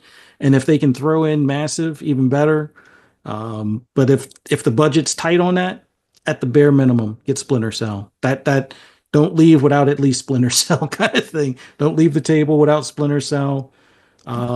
Anything else you can get would be fine, but I think Splinter Cell is like that golden goose that you get. And I like some of the suggestions that other people had in the chat for like Ninja Theory for Prince of Persia and Double Fine for Rayman or something like that. Oh yeah, So, seen that one. yeah, there's a lot of stuff that Ubisoft is like not really utilizing to their fullest. Like, what was it? The one that got sued by Monster. It was going to be called Gods and Monsters. What was it called eventually? Phoenix Rising or something like that. You Or talking about Immortals? Immortals Phoenix Rising. Yeah. Immortals Phoenix. Yeah, like something like that. I think is something that could potentially grow with a sequel. I mean, I know it didn't probably do as well as they had hoped. Game was great though. Goodness. But it was a good game that probably will have a bigger following in the next iteration because it gives that Zelda like vibe without it, being a carbon copy kind of thing. So I don't know. Yeah, 100%. Someone even mentioned like Prince Green says on the real, I don't want Ubisoft to lose anything. I think most of their games are good, actually. I mean, I'm inclined to agree with you. I said it in the beginning. I think Ubisoft has a ton of good games. I think they just chase so much after that bag that they lose some creativity there, and there's some mismanagement and stuff with their studios. But a lot of the games that they come out with, to be fair, have been like pretty solid, good games. Like the Prince of Persia game was very good. Their Immortals Phoenix game was super awesome. Like they're basically their take on Zelda. I thought was fantastic. A lot of people like hit or miss like the Star Wars game, didn't like the Star Wars game. I thought it was pretty cool. I played it for a little bit. So I don't think the quality of their game is necessarily the problem. I think the risk taking of them like chasing that bag is honestly the problem, like not fully utilizing some of their IP. So yeah, it's like that says some. Yeah, I mean, if we were to look at the catalog of Ubisoft games, I feel like there is a lot of some unjustified hate there, and this is coming from a person who, I mean, Mav, Psycho, and Fuzz knows like what I went through at Ubisoft and why I don't like them. So this is coming from that guy. But they do have a lot of solid games. I think their problem is honestly just down to mismanagement and them just being afraid to utilize some of their IP. And by chasing those trends, by the way, you get like right now there's a hole in the market for like stealth tactic type games. You have like certain smaller studios like trying to do it, like you have your Ready or Not developers and things like that, kind of going after that realistic tactic trend that's kind of missing, but the AAA version of that is pretty much gone, and that's something Ubisoft used to basically this really relish in, was the tactics genre, the sort of strategy where like if I had a team of like soldiers, we're like breaking into a building that has like 60 different people, what's the best approach of doing that? Is that I loved in like the Tom Clancy games, and that's pretty much gone for a lot of the part. Like the Rainbow Six games, which used to be about that, is now pretty much just multiplayer. Splinter Cell has been pretty much gone for the past 10 plus years. And like all the Ghost Recon games, which used to be about that, has become more of an open world type experience, which some people enjoy. I've always again missed the tactics sort of thing. So I hope whoever purchases them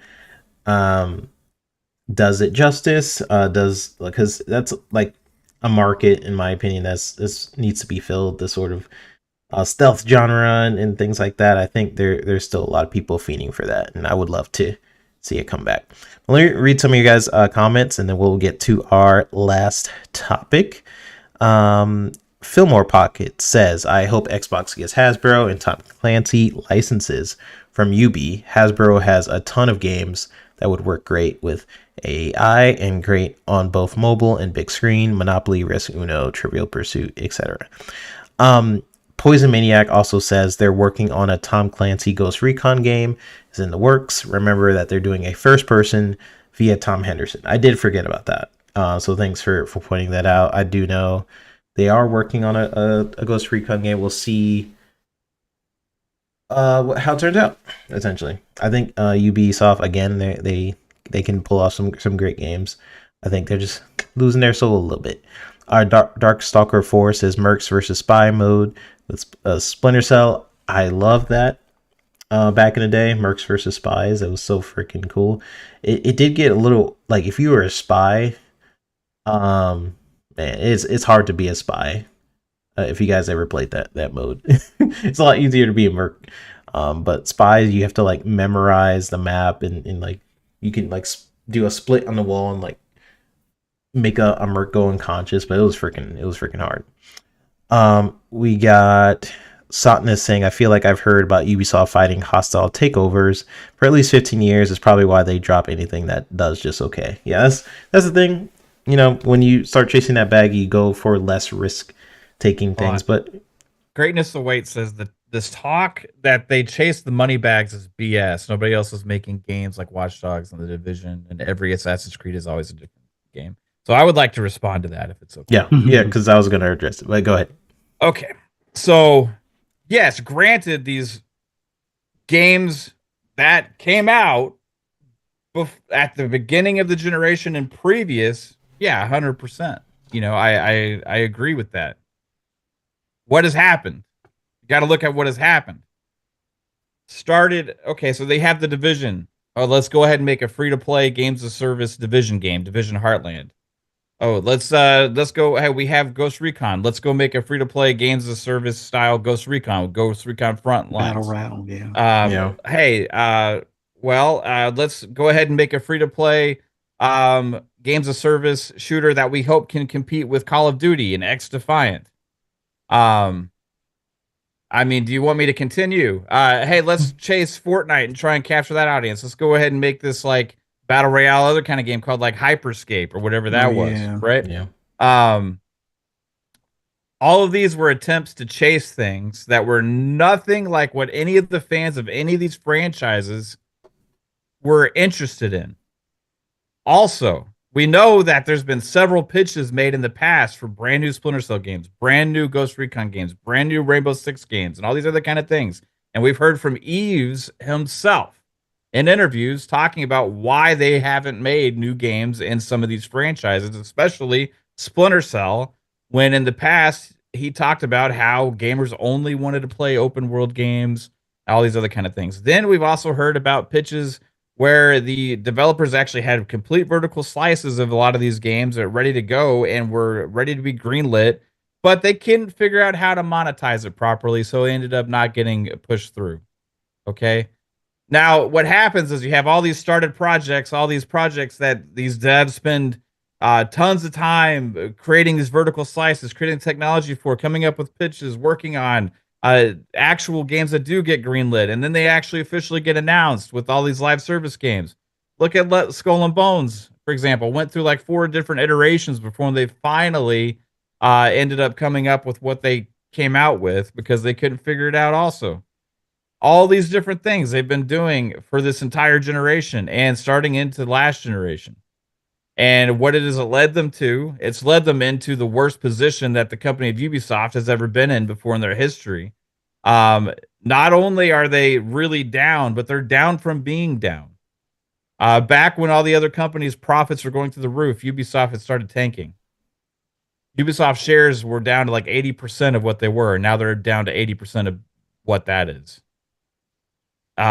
So yeah, they've done this to themselves by chasing the golden goose, chasing ideas, chasing market trends, chasing what other companies are doing instead of filling the void that they have left upon themselves, which was the void in which the kind of games that they created in the first place. The kind of games people have been excited to play. Those Watch Dogs that you alluded to. Those other Assassin's Creed games. We've only gotten one major Assassin's Creed game this generation with Valhalla. Yep. All of these things. Now, if they had all the developers there and they had all of the people making the games that were ready to make, and they weren't being blocked by asinine decisions from board of directors and people up on top making horrible financial choices and horrible creative decisions, then we would actually be in a position to actually have been getting games from these franchises instead of wasting everybody's time, the devs, the resources, the years, all spent to produce nothing. Yeah. Here's why they are in the position. If everything was great, they wouldn't be looking to sell their IPs. Yeah, it's their current business model, and 100%. Like, basically what you said, man, like filling a hole in the market that they left, like that they currently basically had on lock. It's just like they chase some trends there, and he said later on, like, in this market you have to monetize or you die. I think No, don't. like EA has that mentality with like some of their games, like, oh, this game wasn't successful because we didn't have monetization. They talked about with Dragon Age Veilguard.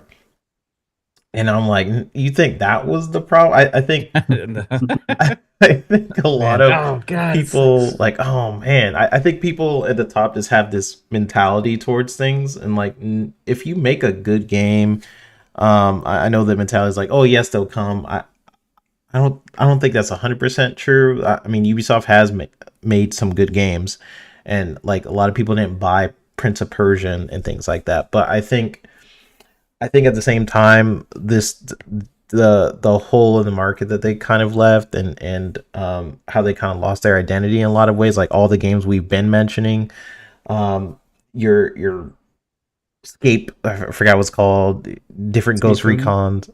What was it called?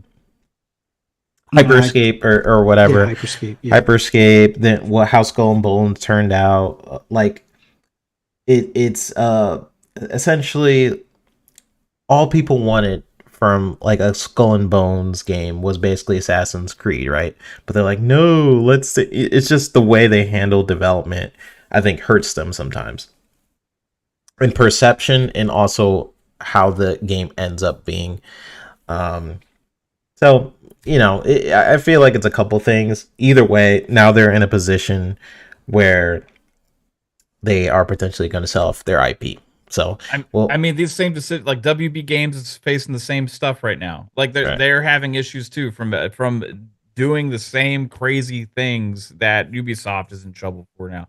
And if I see that he's saying that like it's easy for people to crap on Ubisoft now after the fact, go back 2 or 3 years ago or 4 years ago and listen to our shows when we were complaining about Ubisoft announcing 4 or 5 of these kinds of games all in a short time span, and we're saying, Ubisoft, what are you doing? You're going to sabotage your company. Nobody, like, why are you doing this? We all said that back then. We had shows, we have videos, we have content out there publicly making these outcries, and we just watched them burn over the last couple of years while just seeing it, telling them this is going to happen, and it's just like, duh.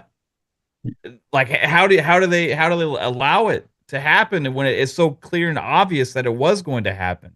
And that's the point, is like these people making the decisions from the top are just like don't have any clue about what gamers want or the industry they're in. And no, you don't have to monetize or die. You can have some games with monetization, you can have some not. Elden Ring, did it have any monetization? I think it did pretty damn fine. Look at Capcom. All the games that they keep putting out there constantly. Yeah, some of them add monetization, some of them don't, or whatever. But like for the most part, most of their games don't really live and thrive on monetization. And you look at a lot of these publishers that are super successful.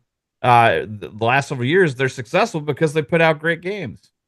The one game that WB Games was touting as pretty much saving their just being like, oh my god, this is amazing, we love being in gaming now after they created WB Discovery, was Hogwarts Legacy. Yeah. Hogwarts Legacy. No right? Then monetization. they go and do all the try and release these other games with all the monetization and games of service stuff, and they ended up tanking, ended up failing. They when you make decisions about pigeonholing into a concept of uh because it has to fit this model, it's not leading with the right thinking to begin with, right? And Yeah. like it's that's the problem that a lot of these companies face. And I think Ubisoft has been the most clear example of what not to do. WB Games has chased. If you follow the Bloomberg reports when they just closed Monolith and all that other kind of stuff, if you look at all the asinine stuff that went on there too, they're another example because they clearly don't understand what was going on. It's just yeah, there's just not one right way of thinking. Like just look at Yeah. the games that are successful and look at what the creators want to make and allow them to make freaking games, man. Yep. It, I'll do one quick example. mhm. Division One. They were making money hand over fist selling skins, weapon skins, and different outfits. People thought they were of value when they were between $2 and $5. You didn't hear anybody complain about it. The minute they started making them into loot boxes, where it was a random generated thing, if you got the beanie that you wanted, instead of buying the beanie that you wanted or the outfit that came with the beanie, you had this chance of buying this box. And if you didn't get the beanie you want, you could break it down into keys, but they're like a quarter of the value of what you just paid for that thing. So you'd need to buy and break down four more boxes to get the one box, possibly for the beanie you want, but it still wasn't a guarantee. And they didn't have any of the safeguards like a lot of loot box things have now, where you're at least guaranteed an item that you don't already have instead of getting duplicates upon duplicates. So they did that for a bit. People complained they lost a lot of their player base. Now they lost a lot of their player base because of other things that they ignored, like some of the time to kill stuff until 1.4 came out. But they were trying to squeeze as many dollars, not because they didn't have the money to pay for the developers to continue supporting the game. They wanted to see how far they could push it because they heard that EA was making record profits off of the microtransactions and things like Battlefront. So they wanted to try something similar. It backfired on them and it soured that entire player base.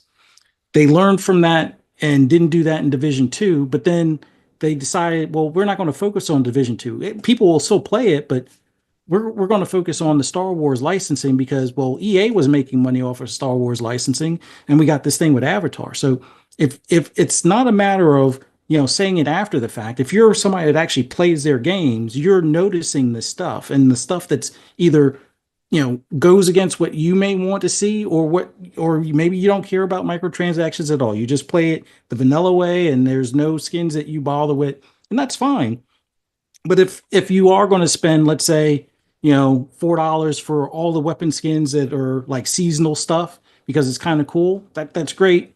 But when they start saying, well, it's not going to guarantee that you get it, and you may have to buy 100 of these loot boxes to actually get the ones that you want, that's where people have a problem. But that was the thing that they've had to learn over time. But now it's been so far down the road where they've actually addressed those issues, and now they're having a hard time making stuff up because they don't have the teams that they had in place. A lot of the talent left because some of the stuff that Mav mentioned, like with um, Heartland.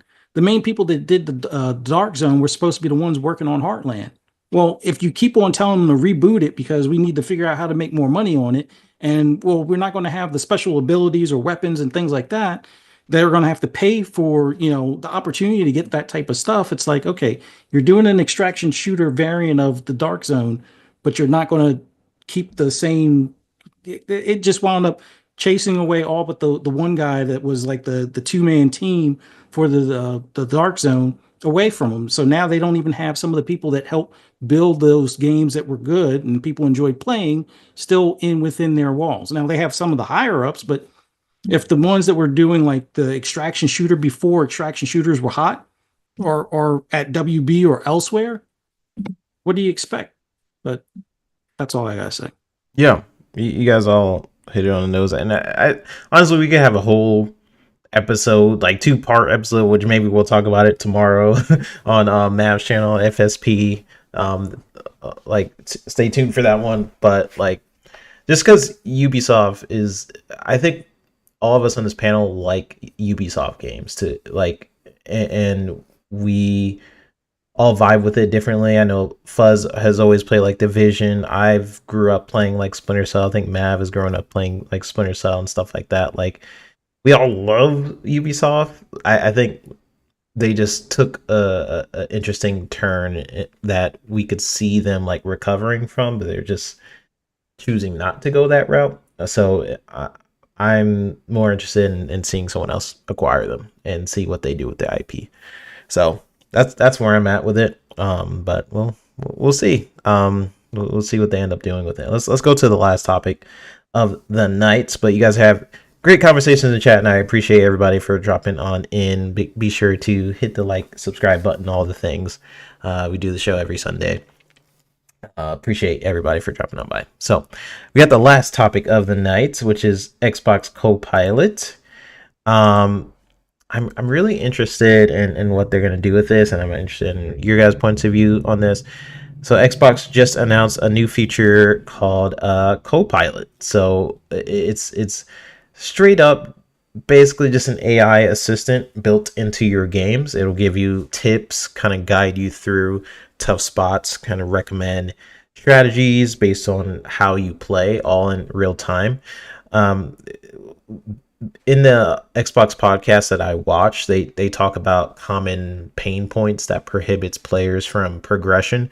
So they kind of talked about like grounding AI with this experience, but not messing up the core of gaming. They kind of want to make it like personalized to you.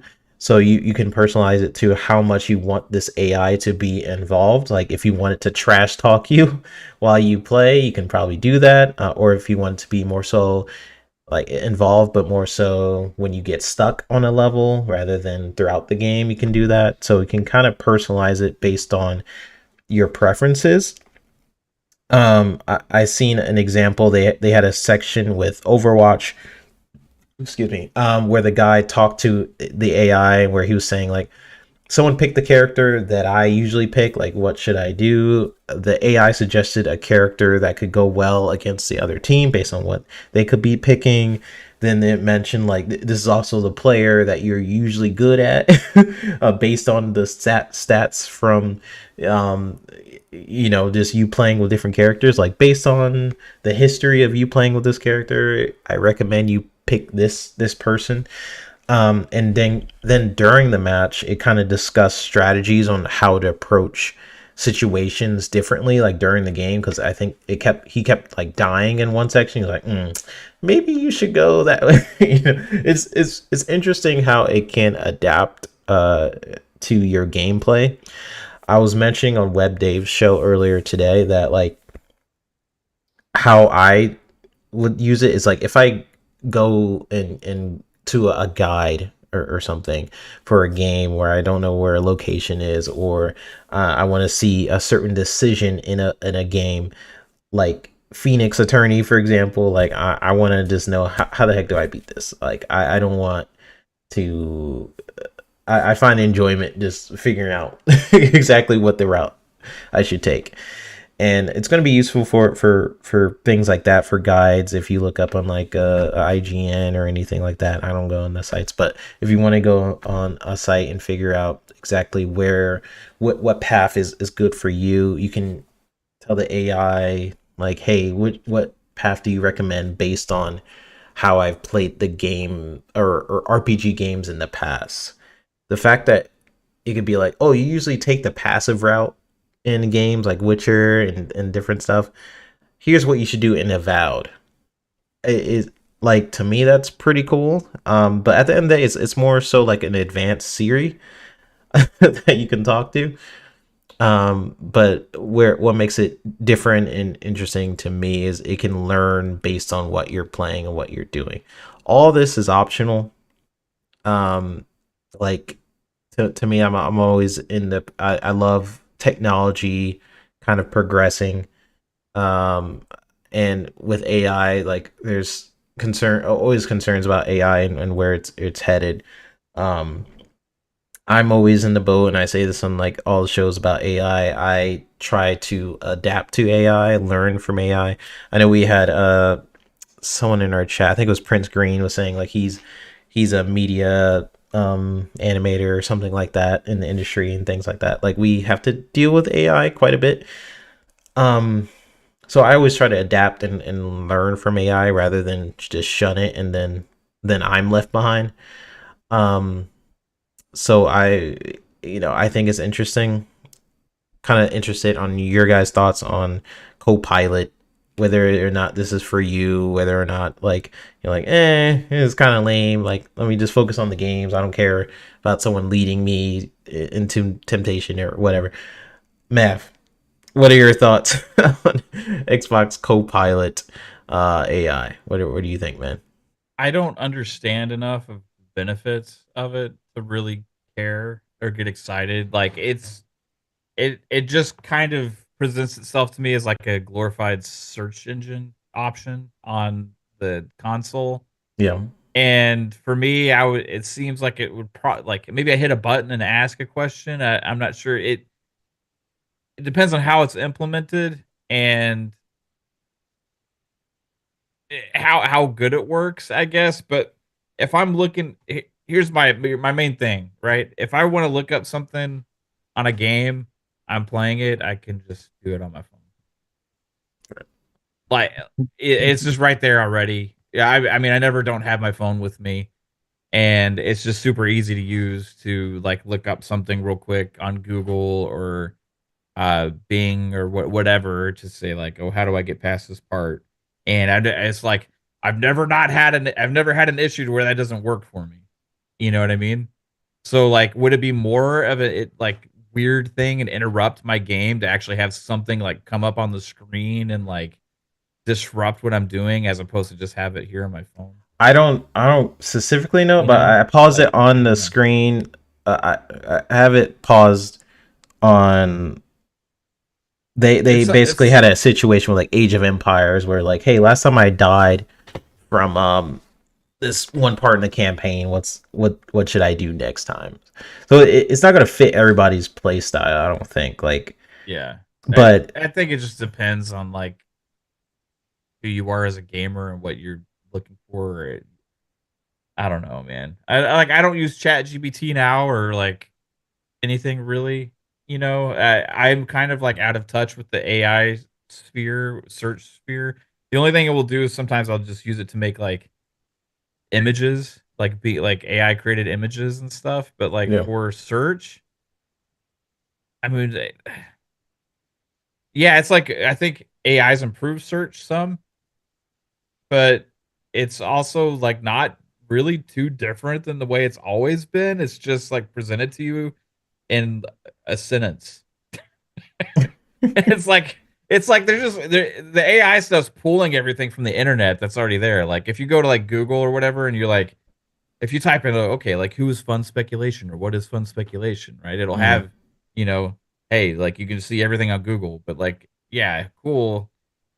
Copilot or Google like will say fun speculation is a YouTube channel on that talks about gaming, and it's like yeah, they're just taking little bits of all the stuff. So it just depends on how accurate, how well it is. I would say that I've also seen a lot of errors and issues before with things like ChatGPT and like being AI and stuff before. Mm-hmm. So what maybe if it'll keep getting better and keep getting improved, but I don't want it. I don't know if I would use it because I don't want stuff like coming up on my screen when I'm playing the game. Yeah, I don't know exactly how it's gonna. They did say you can personalize it to the point like someone mentioned chat, like you can make the AI mean to you and things like that. You can Yeah, so decide how much you want it to pop up. it Um, would be cool like if I could say like, hey, Copilot, um, make my character green and give them pointy ears and like purple shoes and for like a character creator or like, hey, Copilot, um, sort my inventory. yeah, You like know, I mean, Diablo or something. yeah, Like, I mean, I would find like interesting use cases for like interacting with your games and stuff, or maybe being able to like interact with the characters or the world, but like but that's would have to be implemented from the game aspect, from the game side. So just as a default feature use, it just is a search engine. I think that's I what don't know. they were talking about in the podcast. Like they wanted, I don't know exactly how they want to do it, but like they mentioned they put up like different game scenarios, like Age of Empires, like this base was destroyed after you failed last time. Here is a good way to approach it next time. So somehow they're training it on the actual game. I think Yeah. depending on how they train it, because if it's just a if it's basically just a Bing thing, I don't see why this would be useful. But if they, I guess if they really train it on the games Yeah. itself, it I could be need to kind of see cool. it in use and actually like have it like there and try it out to be like, Yeah, you know.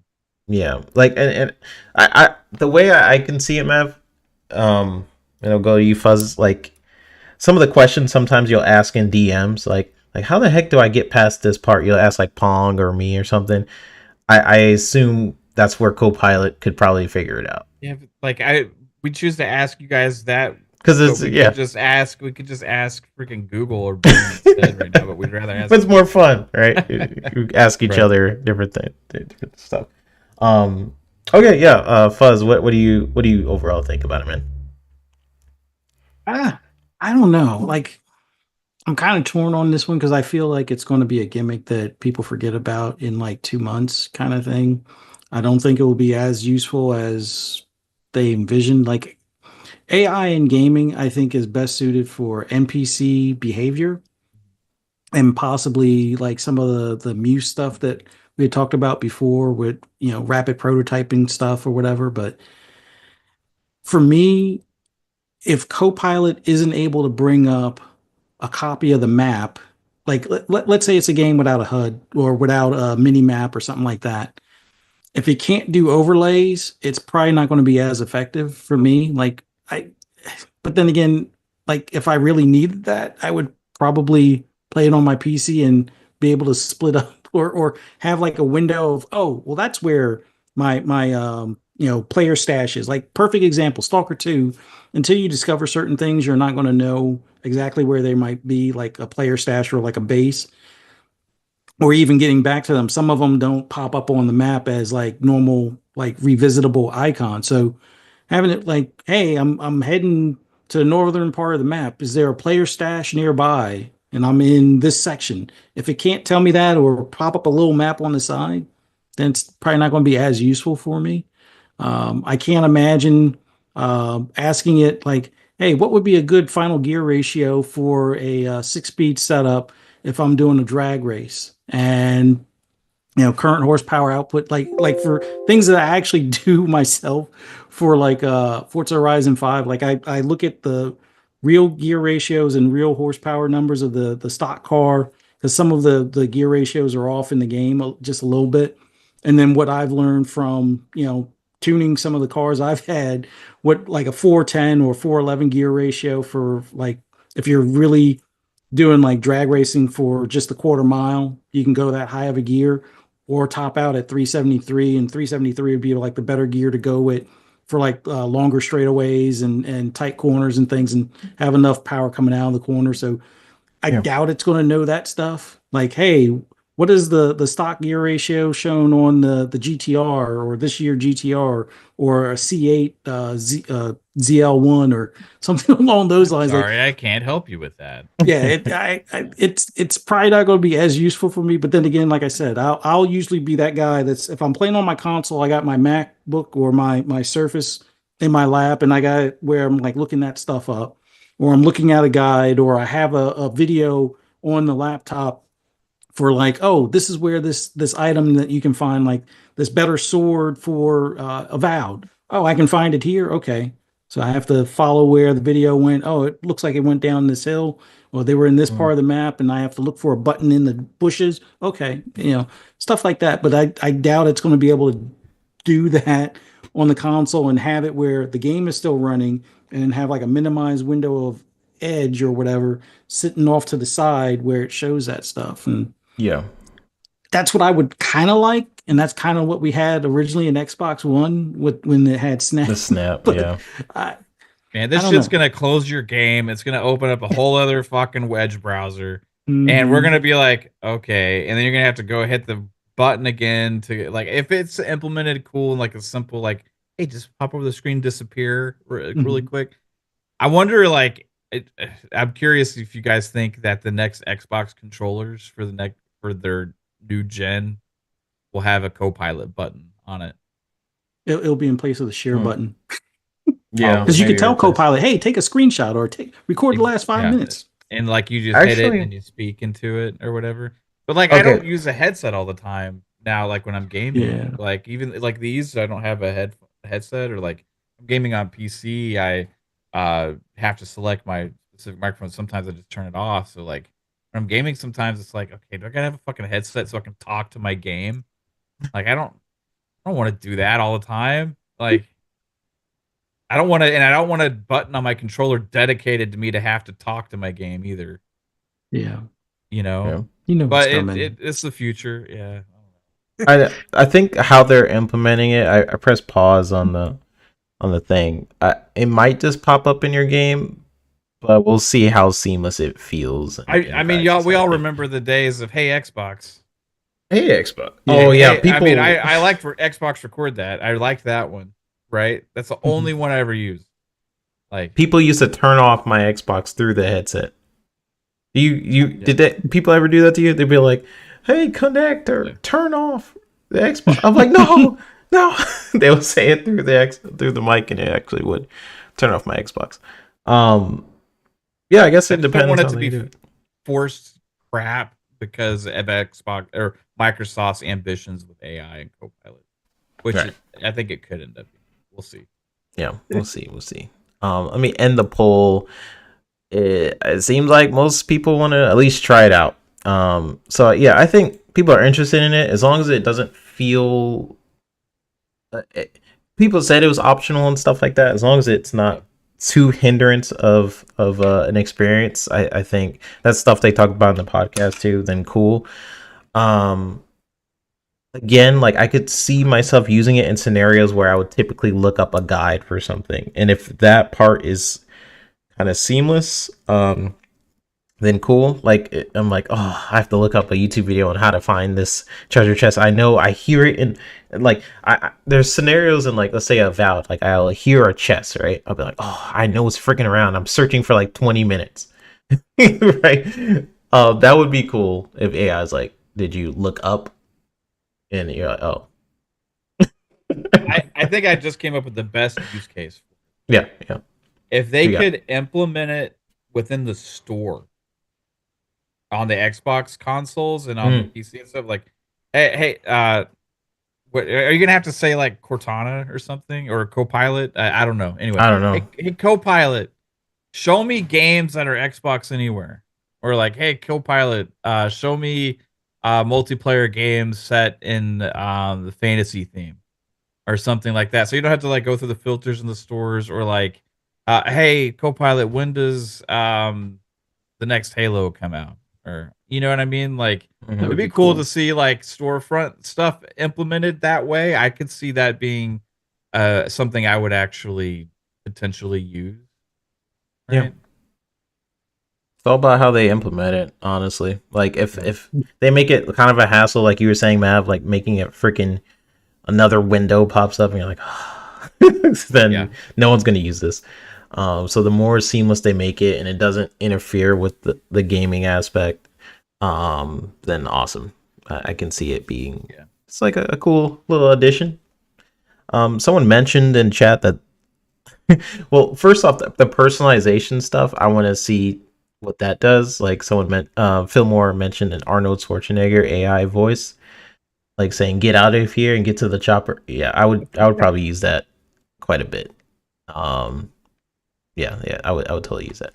But someone mentioned earlier, like figuring out the customization of it, like how much can we personalize it and things like that. Yeah, that would be cool. We'll figure it out eventually in the future. But for those who are interested, check out the podcast. They kind of talk about the stuff we're talking about. It just comes to practice. Like, you be saying it, but let's see it. Like, is it actually gonna be personalized and feel good? So that is it for tonight, y'all. That is the last topic. We're gonna get on out of here. Let me put up this little thing. But no, I appreciate everybody for dropping on in. I'll read a couple more comments and then we'll head on out of here. Mazer Tech says they need to let us name our AI like GPT. I call her Pipper, and she responds. Yeah, no, that would be cool. I'm actually kind of mean to my chat GPT. I'm like, bro, like I said 2 + 2 and you said it was like 10. Like, what's going on here? And then they'll be like, oh, sorry, I made a mistake. like, don't do that again. Yeah, I'd be mean. I feel like if Skynet happens, it's probably going to be my fault because I'll be like, I'm kind of mean to my robots. We got Greatness Awaits saying, yeah, make a game clip. Game clip needs to come back. Honestly, a lot of the stuff that Xbox One did earlier on needs to come back because people just weren't ready for it at the time. Like, I feel like Snap was really cool. I feel like a lot of the Connect features was really cool. Honestly, if they just rebrand it and put it back on Xbox, I would be pretty happy. But no, I appreciate everybody for dropping on by. Every time we do these shows, it's like if we have like just one person in the chat, it's always appreciated. Thanks Web Dave for bringing on people as well, doing his raid that he likes to do each episode. So always appreciate it. Mav, thanks so much for joining us, brother. Please tell peeps where they can find you and what you got going on. Oh, you don't need to ask me. You can just ask Copilot. Copilot, who is Fun Speculation? Yeah, no, everybody, we got fun shows coming up ahead this week. Tomorrow, FSP is Fun Speculation Podcast with my bros here, as well as who knows. I think Jasper can't make it for a little while. He said, Okay. I'm trying to remember for sure because I am a horrible listener. I think he's good for Mondays, not for Fridays. For Friday, yeah, I think Fridays. He was saying it was so tricky. Maybe we'll see Jasper tomorrow, but we'll see. But that show's at 9 p.m. Eastern time every Monday night over on Fun Speculation, and then Thursdays we got Pong Soul and I on PM in the PM at 7 p.m. ish Eastern time, and then Friday nights Xbox Ultimate Podcast 9 p.m. Eastern time over on Fun Speculation as well. Fun show today, guys, and awesome chat. Always great hanging out here on a Sunday. Yeah. And great Ubisoft conversations. Maybe we'll have a part 2 for tomorrow if you guys want to battle it out. I'm totally down to battle you guys over Ubisoft topics. So Fuzz, where can people find you, man, and what you got going on? Oh, as always awesome doing this podcast with E3-Bit, and always love when we have Mav as a guest. Although he pretty much is like a third host kind of thing, but yeah, it's always awesome being on here with you guys and chopping it up on the gaming industry as a whole. And thanks to everybody in the chat for showing up. Greatly appreciate you guys taking the time to watch us and interact with us. We greatly appreciate it. And for those who want to hear my rambles and rants on anything gaming related, just follow me on social media. Do a search for Fuzzy Belvedere. You'll be able to find me. And like Mav said, hope to see you guys tomorrow for Xbox or for FSP tomorrow at 9 p.m. Eastern Standard Time. Xbox lunch break special 12 noon on Double Barrel Gaming, and then Friday it'll be a hectic day, but I'll have 3 podcasts: Breakfast with Boom, Fright Night with Ferocious Fee, and then Xbox Ultimate. So get ready. Heck yeah. And I forgot to mention this in the beginning of the show. Technically, I think today is PXE's birthday. Nice. So since we started, which is crazy. At least that's what YouTube told me. I'm like, really? Oh, I guess it is. So this is our birthday. Maybe I do a little birthday cake. But no, I appreciate everybody it's been a fun journey. Like when we started this, never knew where it would head, but I always wanted to do a little show, and I appreciate everybody. So that's going to wrap up episode 36 of the PXE podcast. Appreciate everyone for hanging out with us tonight, whether you're live, catching us on replay, or listening on audio. Make sure to drop a like, follow, all that good stuff. It really helps us out. We'll be back on next Sunday with more gaming news, all the hot takes. We basically have PXE part 2 tomorrow. Everybody here, so be sure to drop on Fun Speculation channel tomorrow when we just discuss whatever Mav picks up for us tomorrow. So appreciate y'all, and I'll see you guys on the next episode. Bye, y'all. Later.